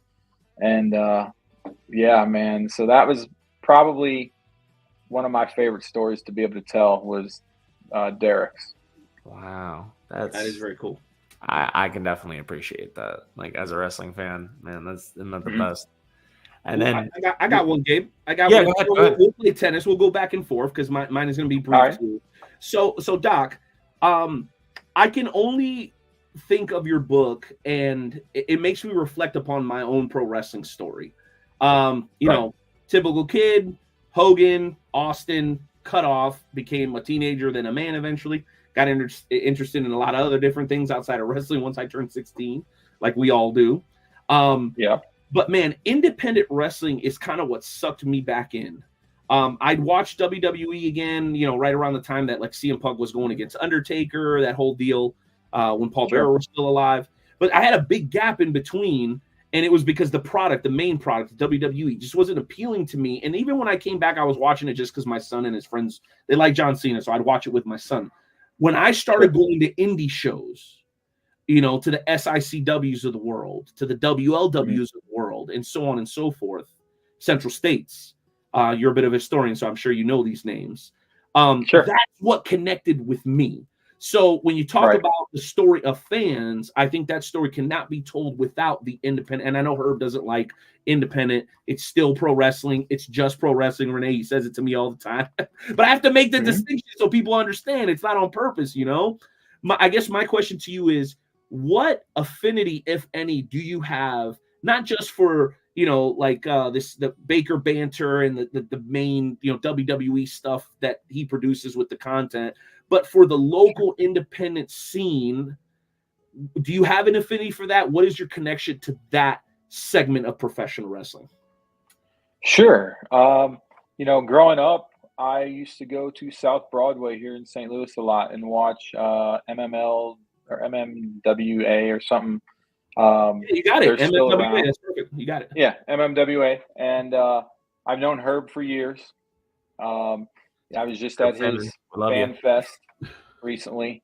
So I've followed the indie scene here in St. Louis locally for quite a while. I know a number of the guys personally that have been around for a long time. KLD is one of them that I've known for a while. Let's see. Mike Outlaw, maybe? Jake Durden. I've interviewed Mike Outlaw before. Nice. Yeah. Ricky Cruz? I know quite a few. I know who he is. I don't know if I've ever met him, but I've seen him wrestle. So and I'll admit, up until a few years ago, I was not into the indie scene. Same with me. Same. I had a friend who, when we went to WrestleMania 30, which was our first WrestleMania that we went to, he kept harping on me. We got to go watch all these indie shows. I'm like, dude, I'm here to watch WWE. I'm here to watch real wrestling. The that's what I'm elitist about it. Those words. I'm only here for the E. And we're all like that at first. Yeah, and I think what got me into it was Drew McIntyre. I had met Drew during his first run in WWE. Actually, my wife met him at a bar here in St. Louis. We were hanging out after a show, and he was there eating by himself. And she just walked up and started talking to him, and he was the nicest cat in the world. And I've since worked with him, I think, 3 other times now. And he's just one of the kindest guys. Next to Mick Foley, probably Drew McIntyre is the kindest guy out there as far as wrestlers go that I know. And when he went to Evolve, that's when I started getting involved with it. I listened to Busted Open and Larry Dallas. So I automatically started following Evolve, and then I was hooked. Yeah. What was that called? It was, I don't know. I know it wasn't WOW, but it was like Evolve, and it was like another one that they were partnered up there in the Northeast, and Drew killed it there. Just like Riddle. Riddle kind of went through the Evolve kind of program as well. A lot of the big Haas machines definitely step their toes in there when you try and trace those steps. It's pretty cool. And I was gonna say, it's funny you mentioned, if you mind me taking the lead here on this, Drew McIntyre, I'm assuming, was like what got you into Evolve, and that's when you were like, okay, maybe the indies actually have something worthwhile because of the guy. Funnily enough, one of the first names that comes to mind for me, it's Cody Rhodes. And it was Drew McIntyre. Because for me, I knew him as Galloway. So I was into wrestling. I just didn't know how to access it. And then I was following this YouTube channel called What Culture? And then they made WCPW. And Galloway was there. And I was like, I knew who McIntyre was. I wasn't aware of like that he left WWE and that he had been on the indies. Fell in love with him. And then I just followed it. And I was like, man, this is what indies are like. I'm going to keep watching the indies. And then the rest is history. Sure. So I just wanted to say, I just think that's pretty cool. By the way, I remembered it was WWN and Evolve that they would kind of go back and forth. And we actually interviewed a few years ago their main play-by-play guy, Brian Kennison, like super hardworking, down-to-earth guys over there. And that's why you see, like, you start connecting with these guys. Like for me, I had that moment, Jeremy, like the first time I saw New Japan and I stayed up till like 4 a.m. It was one of those Wrestle Kingdoms and stuff. I was like, I'm like, I didn't realize that there was just a complete subculture in professional wrestling. So before I throw it back to Gabe, so as far as local shows, I know you went to SICW. Is that something you plan on continuing to do? And then what's the contrast? Like, what do you gain from independence that you don't get when you watch the WWE from your perspective? I'm curious. I think I enjoy that you're closer to the action at the indie shows. And I think that just getting to interact with other fans that you may not normally see at a WWE show. I mean, I'll be honest, we started going to South Broadway because they had dollar beers. Yes. when I was in my late 20s, man, and that was the reason to go there. They had cheap beer, and we'd go there and drink all night and watch some wrestling. And, guys like Moondog Rover and guys like Gary Jackson, baby. Gary Night Train, man. Let's go. Yeah, I feel out of the loop. all them guys, man. That's who I got into, when I was a little bit younger in my 20s. As far as the indies go around here. Well, here's a name you'll know, Gabe. You know who still dabbles kind of within that same group there? Who? Bob Orton. Yeah. Bob Orton is kind of in that mix with that group there in St. Louis, just so you're like, oh, who's the name that I need to tie all this to? Bob Orton's one of those guys. And, of course, Herb, Larry Madison, God rest his soul, and these other St. Louis legends or whatever. But, Gabe, go ahead and jump back in, man. I just had to get a little bit of that local flavor, baby, because we got a lot of people in the Midwest that are big fans of the Good Doc, so I want to make sure I threw that in there. Go ahead. I completely understand, dude. Don't even worry about it. You know, you got to give out the love to your homeland. Where you at? But, no, I just wanted to touch base on you had mentioned you were trying to make another book, and I actually checked in some of the notes I had here that you had a couple of guests. Now, I don't want to spoil anything, so people actually go out and read it. But is there anything you can give us a little bit, like any names that we might know? And if not, we don't know. Can you introduce us to them? You know, I'd love to hear about it. Yeah, man. So the Wrestling Club, I don't know if you guys are familiar with them. They're out of New York City. It's a teacher and his class, 7th graders. TWC. I think I've seen them on TikTok. Yeah. They'll watch matches. It's Renee. It's crazy. Man. A bunch of kids just watching pro wrestling in New Japan. Give me the link. I haven't seen this. Victor Perry is the teacher, and me, I'm a teacher as well. I've been an educator for 17 years. That my first career was a sports writer, but I'm now a teacher full time. So seeing this club and the fact that they've had, Swerve come in and talk to them, Mark Henry, Sasha Banks, it's pretty cool. And I've worked with kids in the inner city before, and these kids are in the inner city of New York and Brooklyn. This is a lifesaver for some of these kids, to be quite honest. If it wasn't for this after school activity and keeping these kids studying, who knows where some of them would be. And that to me that was a story I wanted to tell in the first book, and we just couldn't sync up with the right times. So I let it go, and then I started thinking about it. I'm like, man, I really want to tell this story. And I'm like, everyone kept telling me, you need to write another one. You need to write another one. And so I'm like, okay. And I think I have between 13 and 15 stories for the next book. So, and I go out of the U.S. for this one, man. So I don't know if you guys have seen the young guy from Africa who does the Roman Reigns impressions. I've seen those. Got him. You check them out, Renee. They are the sickest. I'm telling you, this is going to be the next thing in wrestling. You got to speak to them? Get out. I talked to him. Yeah. From Africa. He That's incredible. And so I got him. I got a cat from the UK who lost 50 stones working with DDP. And actually, DDP just went out of his way and called the guy and checked in on him several times. So he told me his story. So I got him. Who else have I got? Man, I got a bunch of different people. But those ones stick out as of right now. So yeah, man, it's going to be cool. I petitioned for a nickname change. Instead of the Good Doc, we should call him the Good Chef, because he's cooking up. Bro, dude, those sound amazing. Wrestling and inspiration all in. Come on, bro. You can't do that. Yeah. This is what I love about pro wrestling. I'll tell you another one I got. So please do.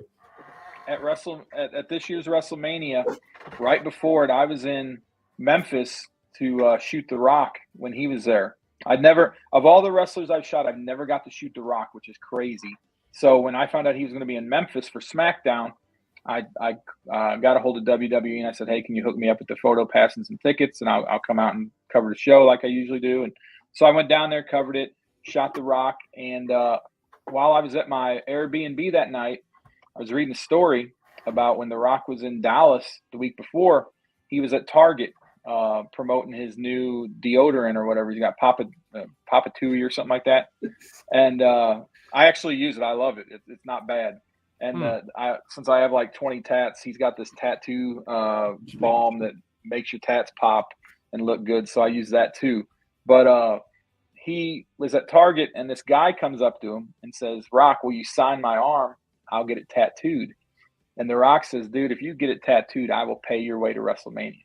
So old boy goes and gets it tattooed. And he's from Houston or Dallas. I can't remember where he's from, but he gets the tattoo, and it's Rock's signature with the Brahma Bull on his forearm. He tweets it out to The Rock. less than 24 hours later, his people call him and they're like, Rock's paying your way to Mania. So they called him, and this is the bigger kicker to the story. So it was supposed to be 2 tickets, right? Well, the dude says, hey, Rock, would you mind making it 4? And the Rock's like, he kind of playing with the dude. He's like, are you bullshitting me, man? Like, really? You're going to ask me for 2 more tickets when I'm giving you 2? He hooked him up with 4, flew them all first class, paid for their hotel, paid for every meal, paid for their transportation. They sat on the floor at Mania like 7 rows from the ring, dude. And yeah, so I talked to him as well. So yeah, that's crazy. Yeah, I mean it's been an experience, man. It really has. But I want all the stories to be motivational. I want them to be inspirational, and I want it to shed a positive light on pro wrestling because people who aren't pro wrestling fans tend to have a negative view of pro wrestling. 100%. Whether it's I get it all the time. It's fake, right? Or just the controversy. Yeah. I get it all the time. You got a PhD. Why do you watch this crap? And I'm like, why do you watch movies? There's no difference. I mean, I compare it to just going to a Chiefs game. Like, I get just as excited sometimes watching wrestling as I do watching Patrick Mahomes tear up the other teams. That's all it is, man. I would contend that it is different. Okay. And here I am trying to debate a teacher. I guess here's what I'll say, and I don't know if you guys will see this perspective. Like, it's more difficult than the movie because absolutely. In the movie, if you screw up that line, they cut and then they re-record, and if you really screw it up, then you can just voice it over. Newsflash: about half the Godfathers voiced over, guys. I don't know if you knew this. It's true. I'm sorry to break your heart.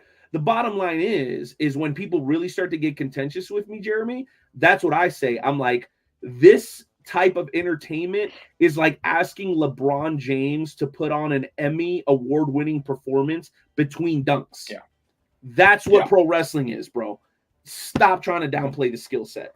Plus, there's a reason some of the greatest entertainers in the world outside of pro wrestling came into pro wrestling came from professional wrestling. And vice versa. The amount of actors who jumped into pro wrestling and they're usually terrible. I got you. I can get what you well, look at Paul Walter Hauser right now. I mean, the dude's won a Golden Globe and an Emmy, and he's mixing it up with, Sammy Callahan. I mean, and he loves it. He's a legit fan, and he's just doing it because he loves it. Bro, don't forget Bad Bunny. This dude's winning Grammys, both Latin Grammys and American Grammys, and he's doing what? Canadian Destroyers and shit, dude. It's crazy. Yeah. And then just to throw it out there in another one, but AJ Francis is out here hanging out with Brandon Does Everything. Like, Logan Paul is not the only YouTuber out here in the game right now. It's crazy, and I love to see it. Mm-hmm. I don't care what these old heads think. YouTubers are modern day celebrities. Do we need to talk about who Logan Paul is hanging out with, or can we just table that one for tonight? I mean, how long we got? Yeah, I know, dude. It's crazy. We are definitely in a new era of professional wrestling. I have another question, Gabe, but again, I try to be respectful, not hog all the time. Do you have something else you wanted to jump in with? No, go for it, man. I think I got one more, but you should be good after that. Awesome. Okay, so I want to ask you to kind of flip the script on what the book is all about. So have you seen or heard any of the kind of like the nightmare stories? Occasionally we cover some of that stuff here on the show. I remember a few months ago, we had a situation where one fan got real rowdy with some of the wrestlers. The wrestlers ended up going past the barricade or whatever. So for all the good stories, which I always appreciate and love it, and you saw our segment before you came on, like we always like to keep it uplifting and positive. But are there any stories that you've seen or heard in the world of professional wrestling in your kind of journey that you're like, man, I probably can't put that one in the book, but damn. Is there anything like that sticks out in your mind? Maybe a road story or anything crazy like that? Yeah, I mean, working with pro athletes as much as I have in my life, you see everything, I mean, from women hanging out at the hotels waiting for them after games, I mean, I've covered major league ball teams, and when they go to I've watched them get off their bus and go straight into the hotel bar and pick up a gal and take her to their room. Hey, weren't we talking about Liv Morgan earlier? Gabe, I've interviewed Liv. Liv's awesome, man. Oh no, yeah, she seems incredible. I don't know if you heard our banter about Liv Morgan. I was very upset that she had to go in, and that's when you thumbs up me. You were like, yeah, like I was like, bro, why they got to do this to Liv to make her a top person right now? It really hurts my feelings. But go ahead, Doc. Yeah, but you know, as far as wrestlers go, I mean, back in the day here in St. Louis, there was a big brawl at a bar called Pops. It involved Mr. Perfect and several other wrestlers. They were drinking out at the bar, as a lot of wrestlers used to after the show here in St. Louis on I think it was a Friday or Saturday night. And it's a 24-hour bar, so there were some drunkards that rolled in there, and they knew who Perfect and these other guys were, and they decided to throw down. And it turned into a big old brawl where, they had probably 10, 15, 20 cops show up to break it up. So, you see stuff like that. Being, from St. Louis and, seeing Randy Orton out and about at times, fans have been a little rude to him at times over the years, but it's normal things like that. The thing that I think really irritates me the most are the guys who hang out at the airports and wait for the wrestlers and expect especially them when to it's the girl wrestlers, bro. Especially when it's the girl wrestlers, it drives me nuts. I'm like, awkward. leave these poor ladies alone. To make you embarrassed to be a wrestling it's fan. so bad. And being my whole basement down here is autographs from pro wrestlers. Everything. I've never waited on a wrestler for an autograph. It's either I wait in line to pay for it or I don't get it. I'm not going to bother them when they're at an airport. I would never dream of that. I just think it's, and then these, the autograph seekers have the nerve to chastise these guys when they won't sign. Like, they're supposed to just drop everything they're doing and sign all these photos for this guy who's going to go on eBay and sell them anyway. Like, those guys are scumbags. And, I have no respect the pipe for bomb is the greatest. Undertaker told a great story. I don't know if you guys ever listened to Busted Open. He was on Busted Open here a while back, and he told the story of he was in the airport, and this was during the Attitude Era, and a guy came up and wanted an autograph, and Taker said he could see the book of photos he had, of all the different wrestlers, and he was thumbing through them when he saw them, and he pulls his out. Taker says, "No, I'm not signing." So the guy goes and gets this little girl and has her walk the photo up to Taker. So Taker said, "I'm not going to turn down a little girl," but I knew what was going on. So he takes the photo and he signs "F you" on the photo, turns it over, hands it to the girl. He said, "Now don't look at this." He says, "You take it over there to that man and you give it to him." And he said he just watched the guy's face when he turned it over, and the guy just all the blood just drained from his face. It looked like he'd seen a ghost. And I'm like, that's what you need to start doing. That's what these wrestlers should start doing. Unfortunately, that picture probably sold for about $1,500. A child to get your autograph. And let's be real though, you guys know that one's worth more than a regular autograph, right? It's like when they screw up a $1 bill. That guy came out aces, I'm sure, with that money. That's the messed up part. If you get an anomaly like that, come on, Undertaker saying "F you, Renee," that's got to be worth something. Something to you? Yeah. That's how this is the world we live in, gentlemen. I'm sorry. It's terrible. Right. Maybe it's the world you live in, Night Owl. But... No, it's true. Bro, you don't think that sold for a lot of money with Undertaker writing "F you"? Come on. That's if it just said, I'm pretty sure it just said "F you." I don't think he signed his name. Yeah, it didn't say worthless. Yeah. Oh, it didn't have the autograph. Okay. No, why would he sign it? No autograph. Okay, it was just "F you." Okay, fair enough. Yeah. Okay, it would have been funny if he did. Then he would have weaponized it. I'm like, bro, that probably sold for $1,500 if he still signed it. That would have been amazing. Gabe, what else you got for us, bud? I just wanted to wrap it up with your coverage, because you just mentioned you've interviewed Liv Morgan. You're getting press coverage to be able to go to WrestleMania. To be able to talk to these people all around the country, to go to other countries, to be able to do this. As somebody who's only just dipping their toe into almost the press side of pro wrestling, I guess what's some veteran advice that I could hear, just to because I want to throw my shot out here towards the end of the show if I'm able to, because MLW is coming back to Tampa, and I want to have my best foot forward from an expert like yourself. So if you could give me some chief advice. Be professional. That's That's the main thing. One thing that I've always practiced when I'm on the job is I never cross that line between a fan and a journalist. And unfortunately, a lot of people in the game today don't understand that. And I think a lot of it is because a lot of your quote wrestling journalists aren't really journalists. They don't know anything about journalism, and they don't know about being professional and ethics. So that's a big thing. Always be professional, carry yourself to a higher standard. The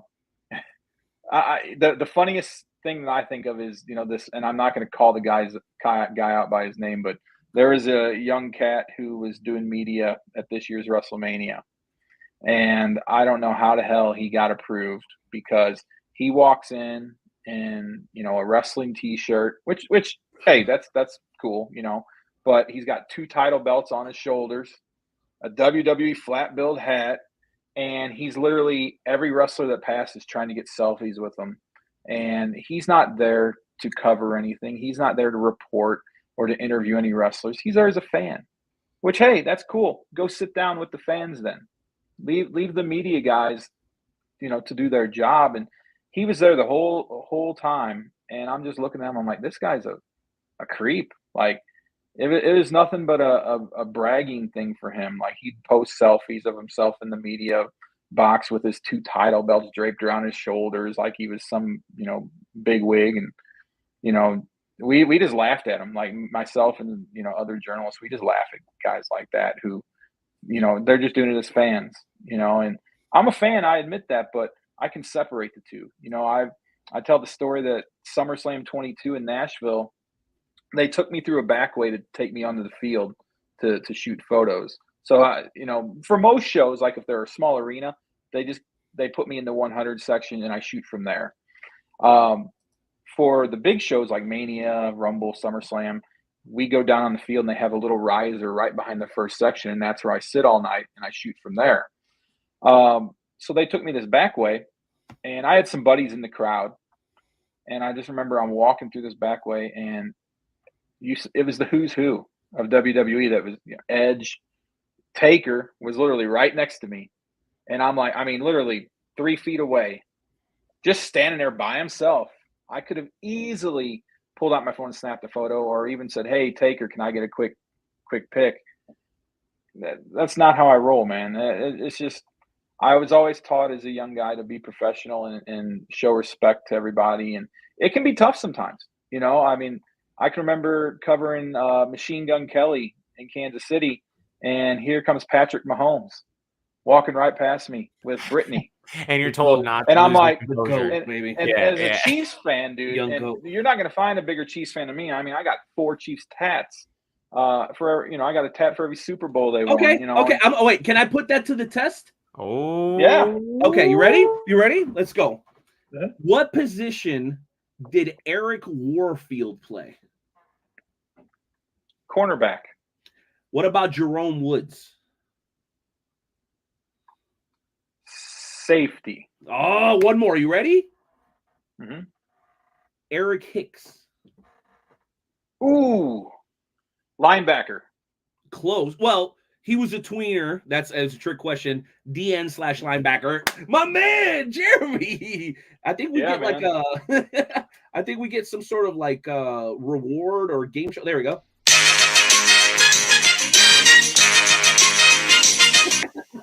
Good for you, man. You got it. I had to put him on the spot. I joke that, besides wrestling, the Chiefs are my favorite pastime. 32 years I've been a fan, and I actually went to the Super Bowl 54. I sold my Jordan collection to go. And yeah, man. So it was hard, man. Too, the Jordans. And we won though, right? 32 pairs. Yeah, that was when they beat Frisco the first time. That's right. 32 pairs of shoes. You animal. You'd be proud of me, Doc. I was in San Francisco like 20 days after we won the Super Bowl, rocking my Chiefs hat and my jersey eating crab cakes on Pier 51 in San Francisco, right next to the Giants Stadium, repping the set. So love you for that, bro. They could have killed me out there. I thought somebody was going to ask me on a date. I was afraid, but I did it anyway. I did it anyway. I did it anyway, bro. No doubt. You talk about, trying to keep your professionalism. So when the Rams were still in St. Louis, I covered them. And so after every home game, I would have to go in the locker room of the visiting team to interview the players. So we happened to be playing the Oakland Raiders. And I walk in the Raiders locker room, and this like 6'7", 350-pound lineman sees me. And I got a Chiefs tattoo on my forearm here. And he goes, "Hey, that mother effer has a Chiefs tattoo. F that guy." The whole locker room was it just like eyeing me down. I don't know who it was. Maybe I just turned Chandler Jones. Maybe he got out of there. I left. You hear about the flag? You hear about the flag we buried under the stadium, right? So Gabe, check this out. Gabe may not know this. So I do not. One of the construction firms that was hired to build the Raiders' new stadium in Las Vegas was out of Kansas City. And one of the guys working for that firm was a massive Chiefs fan. So when they were pouring the concrete, he planted a flag in the concrete underneath the stadium. And guess where the Chiefs won the Super Bowl last year? That stadium. That's Arrowhead West. Yeah, let's go. What kind of urban legend? That's why Haas hates me, low key. I swear, that just sounds like something. Yeah, it just sounds like something somebody wants to tie back to the Illuminati. That's how ridiculous that sounds. So I went out to Vegas. Put a flag in the concrete. It worked.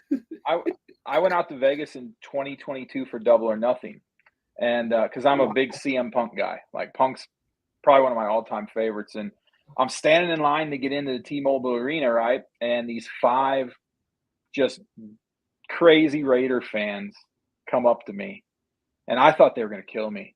I had a buddy from California who met me out there, and these 5 Raider guys surrounded me, and they're like, "Bro, what the hell you think you're doing in our town, repping the Chiefs?" And I'm like, "Well, somebody's got to represent a winner around here." I give it back to him. I don't give a crap. But I'm thinking, you know what? If I'm going to go down, I'm going to go down, hard. I'm going to go down. And they started cracking up. They started cracking up, man. They were laughing. They said, "You're all right, man. We like you, And they like, "Who's your favorite wrestler?" I'm like, "Well, CM Punk." And they're like, "Yeah, we're Punk fans too." So, they're like, we hung out all night, and they were cool. And they're like, "We know you're a Chiefs fan, but you're all right, man." I guess you're all right for a Chiefs fan. Oh my gosh. Man. Dude, that's so amazing because I've heard some horror stories of people going to Oakland, and I've heard it really bad coming out of Boston. Like anybody who's ever been to a Patriots Chiefs game, those are pretty bad. So kudos to you for being alive. Fans are mean. Well, I was just at a wedding Saturday, and it was a relative of my wife's, and we're standing at our pew waiting to get escorted, get let go. This guy elbows me in the side as he's walking out and goes, "Go Birds." I'm like, what? At first I thought he was talking about the Cardinals, and people know I'm not a Cardinal fan, so I thought he was messing with me. Eagles. But then I realized they're all from Philly.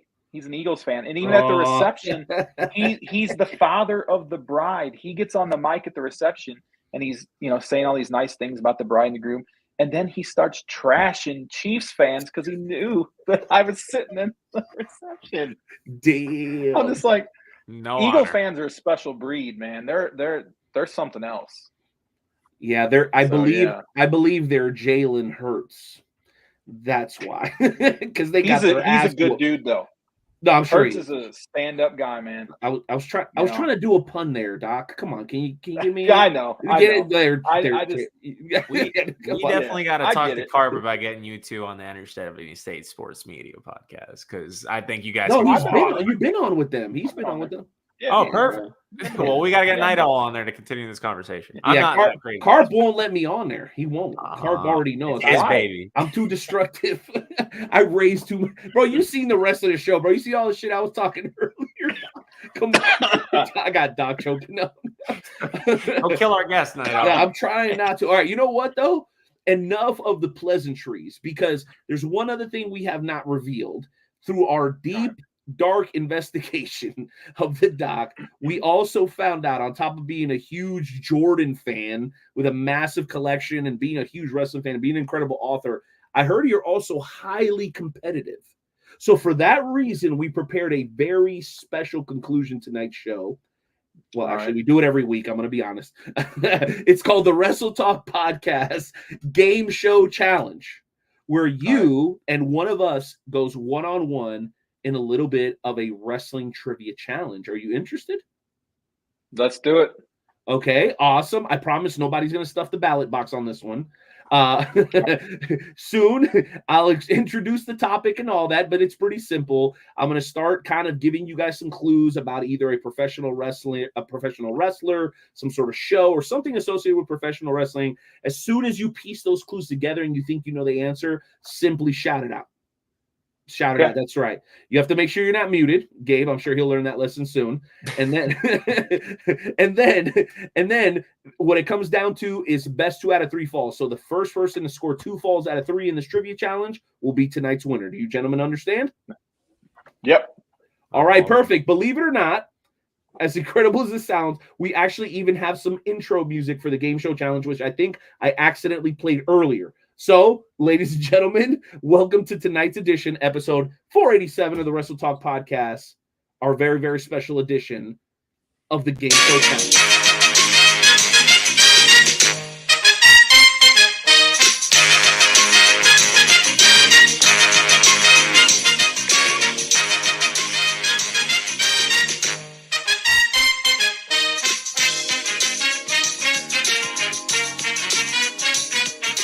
All right, gentlemen, allow me to be the first to welcome all of you to tonight's edition of the Wrestle Talk Podcast Game Show Challenge.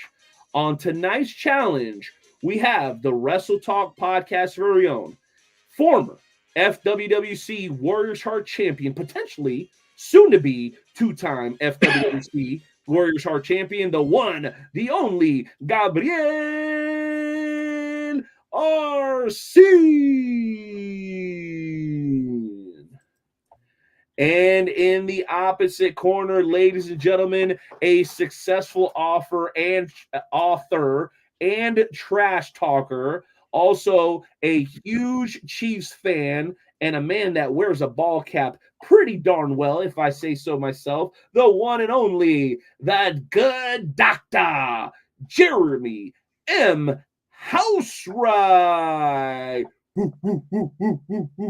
Yeah. Let's go, baby. Let's go. By the way, I'm going to be the first to say it. I know you told that Undertaker story earlier. That may or may not be the poster that says FU on it. I'll reveal that. I'll reveal that in a later episode.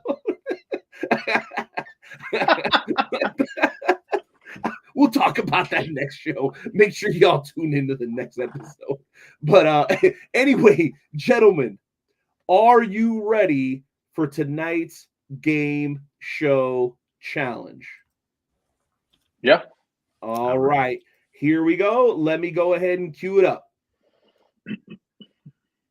All right. Again, just to make sure we're all clear, in a few moments, I will ask you 3 questions about a professional wrestling topic. Whenever you think you know the answer to the question, simply shout out your answer. The first person to score 2 out of 3 falls will be tonight's winner. Do you gentlemen understand the rules? Yes. Okay, so let's do a sample. If I said to you, Damian Priest, Judgment Day. Good. That's very good. That's very good. But and that's what you're supposed to do. Damian Priest defeated blank at Clash at the Castle. There you go. But Jeremy, you were right on the ball. If you want to jump ahead early, here's my tactic. Anytime I hear anything related to old school, I automatically yell Ric Flair. So by default, I yell Ric Flair just in case that's the right. You're not limited either. So if you miss it, you can throw another answer out. Exactly. Exactly. We'll keep it all the way down the line here, gentlemen. Okay, here we go. Tonight's Wrestle Talk Podcast Game Show Challenge topic is 1990s WWF World Heavyweight Champions. I will give you, again, information about 3 famous professional wrestlers who held the WWF World Championship in 1990s. Whenever you think you know the answer, shout it out. First person to get 2 will be the winner of tonight's contest. Gentlemen, question number 1. Hulk Hogan was the WWF World Heavyweight Champion as we entered the 1990s. Hulk Hogan, though, was defeated at WrestleMania 6. Ultimate Warrior. And Ultimate Warrior is correct, ladies and gentlemen. The good doctor is on the board, and you might want to unmute yourself if you want to win this challenge. I had to think about it first. I got my finger on the trigger. So you don't hear me breathing. Yeah, by the way, we don't mind your cats in the background, so it's okay. Don't worry about it. All right. Are you guys ready? Question. Yep.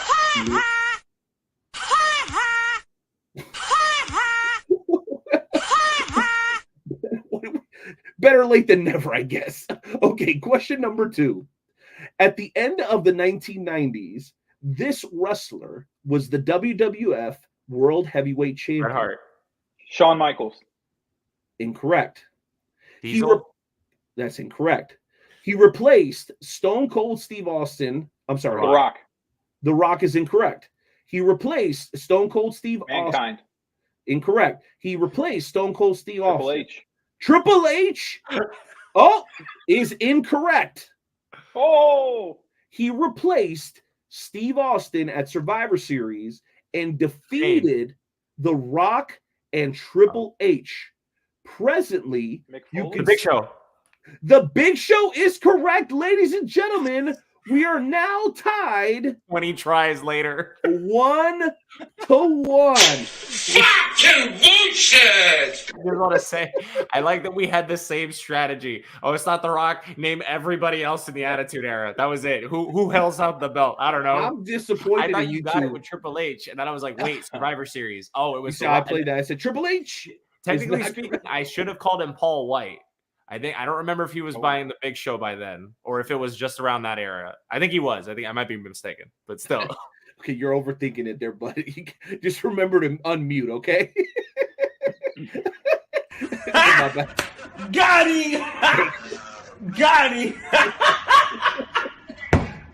AJ Wallace says calling yourself a champion is one thing, but calling yourself the GOAT is absolutely absurd. I don't know what these guys are arguing, but shout out to you guys in the chat.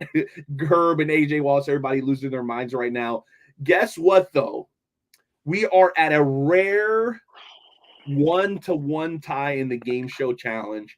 And I am so glad that I did not participate, because there's no question that the good doctor would have crushed me. So I'm glad it's you, Gabe, and not me. Oh, that he's gonna crush me instead. No, nobody's sweeping anybody. I mean, right now, no matter who wins, this is a good game. Okay, I was on the board. I'll take that one. It's fantastic. Great comeback. Let's see if you can finish it off, gentlemen. Question number 3.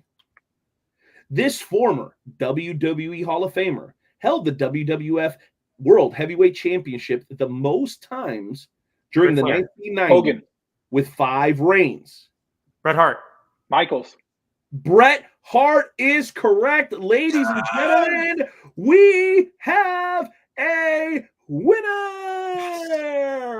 Woo, woo, woo, woo, woo, woo, woo. See ya. Never drew a dime. Not a dime. Not a dime.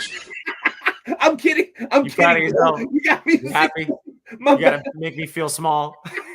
It had to be Bret Hart, the most boring champion in the world. Yes, he did. He's the reason I stopped watching. Yeah, corporate Austin made me stop watching, bro. Don't feel bad. I focused on. Go ahead, Gabe. Go My ahead. victory music. Wait, I got hit him with the Nana dance.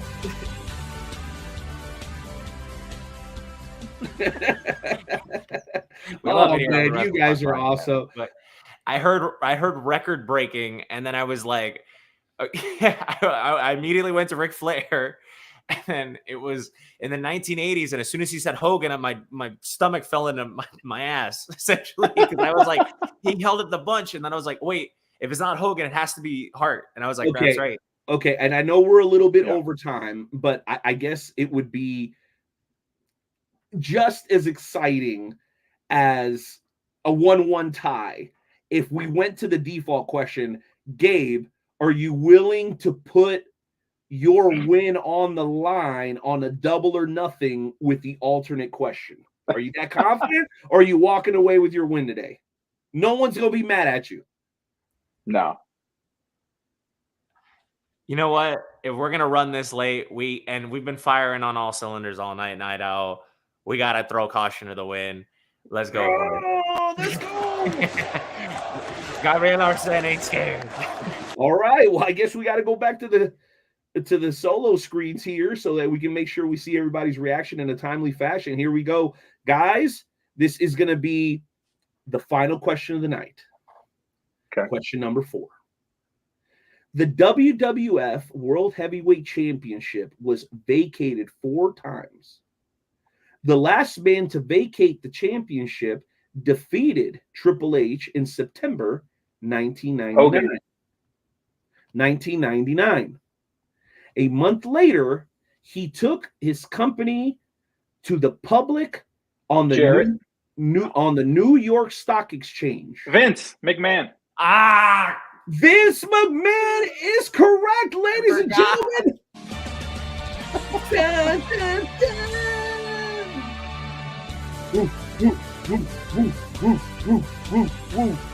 I have to concede, sir. That is where the know-it-all mentality comes down to. We call him the doctor because we call that malpractice, ladies. He put me to sleep. That's it. But Herb, thank you very much, sir. I can't agree anymore. Jeremy, it's been fantastic to have you on the show, man. I mean, I absolutely want an opportunity to read your book sometime. Yeah. And I can't wait to read the sequel as well. I hope to catch you on the next show. And, congratulations on the win. And, what are your thoughts? I mean, I hope you're welcome here into the Wrestle Talk podcast family. We'd love to have you. Speech. Yeah, man. Anytime. I had a good time with this. You guys are awesome. Okay, short but sweet. We love it. Yeah. Love it, Jeremy. Well, hey, listen, I've only got one thing to say, man. Clearly, the pro wrestling community appreciates you. We see our buddy Jimmy Harris here, letting you know that if you want to come down to the show, all you got to do is give him a shout. Herb Simmons, edifying the book. We all know it's fantastic. At some point before you go, could you tell us where we might be able to get, for the love of the show, a pro wrestling fans tell their stories? Where can they pick up a copy of that fantastic book? And you go to Amazon, on your socials as well. Sweet. Yeah, people know the contact. Sure. You can get it at Amazon by just going there, searching for the title For the Love of the Show, and order it straight from there. Or you can go to my personal website, jeremyhousewright.com, and get a copy there. And I'll even do a signed copy if you want through the site. And as far as socials go, you can find me on Facebook, Jeremy _ Michael Housewright, I believe.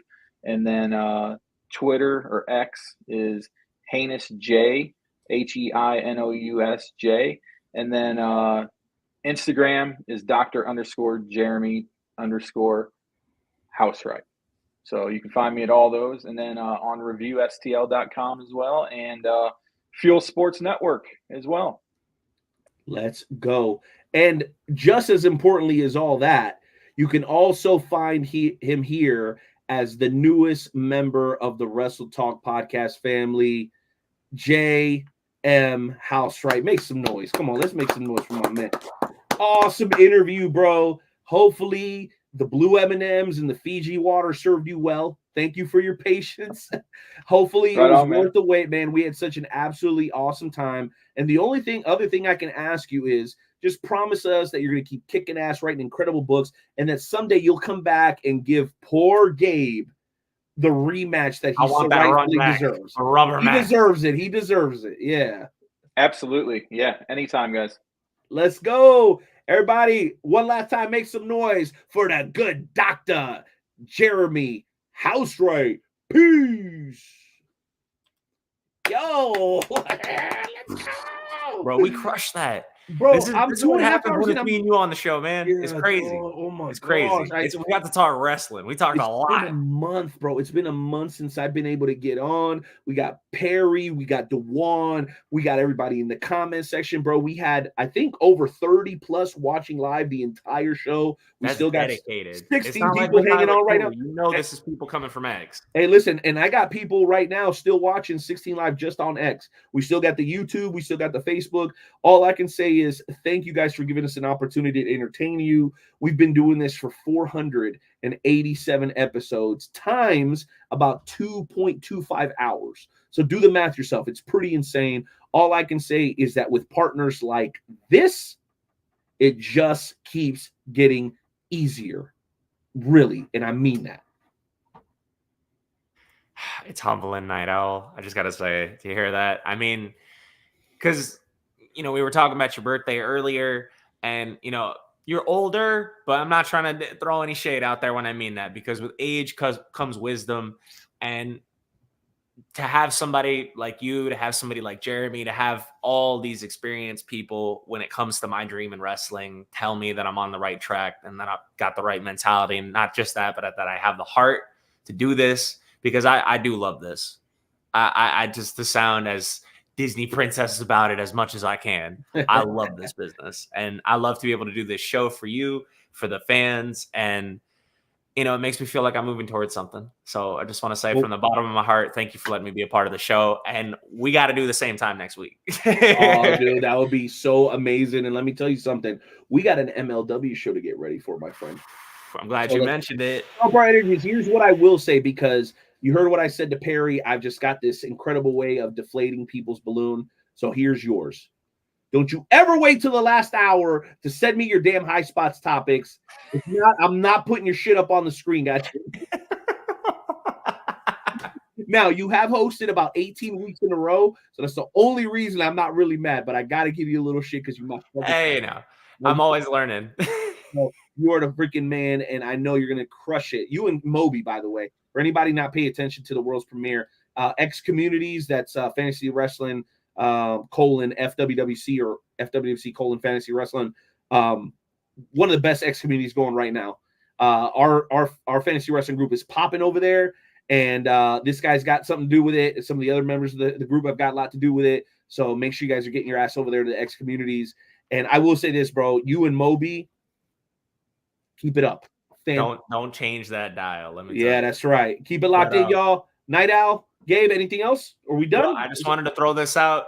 Just an opportunity to show this real quick, just to wrap up the show here. It's not finished right now, but I'm hoping I can get this all into frame right now. Here we go. There we go. I don't know if you guys can recognize those two gentlemen right there. Yes, that's Suzuki. Mad Cool Kruger, Minoru Suzuki. And I think you can guess who the rest is going on the side here. MLW, we call it shilling. I want to see Contra in Tampa again. So I'm hoping to get this to them in person if you guys will have me out there again. But, optimistic as always. Wrestle Talk Podcast, episode 487 in the books, Night Owl. That's right. And next time I'm on, guess what I'm going to be wearing? The world's best poppy. Hey, I went ahead and ordered it, bro. I got me the world's best poppy certified by Cesar Duran t-shirt. So next time y'all see me on here, I'm not going to be a great interviewer. I'm not going to be a journalist like JM Housewright. I'm going to be a freaking mark, because that's what I am, and I'm down proud of it. So I'm going to be wearing a pro wrestling shirt next week, and it's going to say world's best poppy. It's thanks to this guy, because he inspired me to get it. So shout out to you for that, bro. Of course, man. But we love to do it here in the Wrestle Talk Podcast.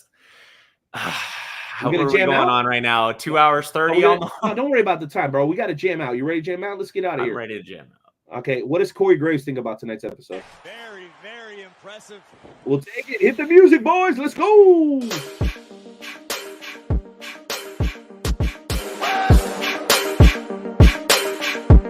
Hey. Solo. Solo. Solo. Hey. Oh, hey. Killing that. Solo. Together. the niggas acting up where the wolves at. You better bust that if you We gon' gon' pull that. Where the hood at? Had that nigga in the cut where the wood at. All the niggas acting up where the wolves at. You better bust that if you gon' pull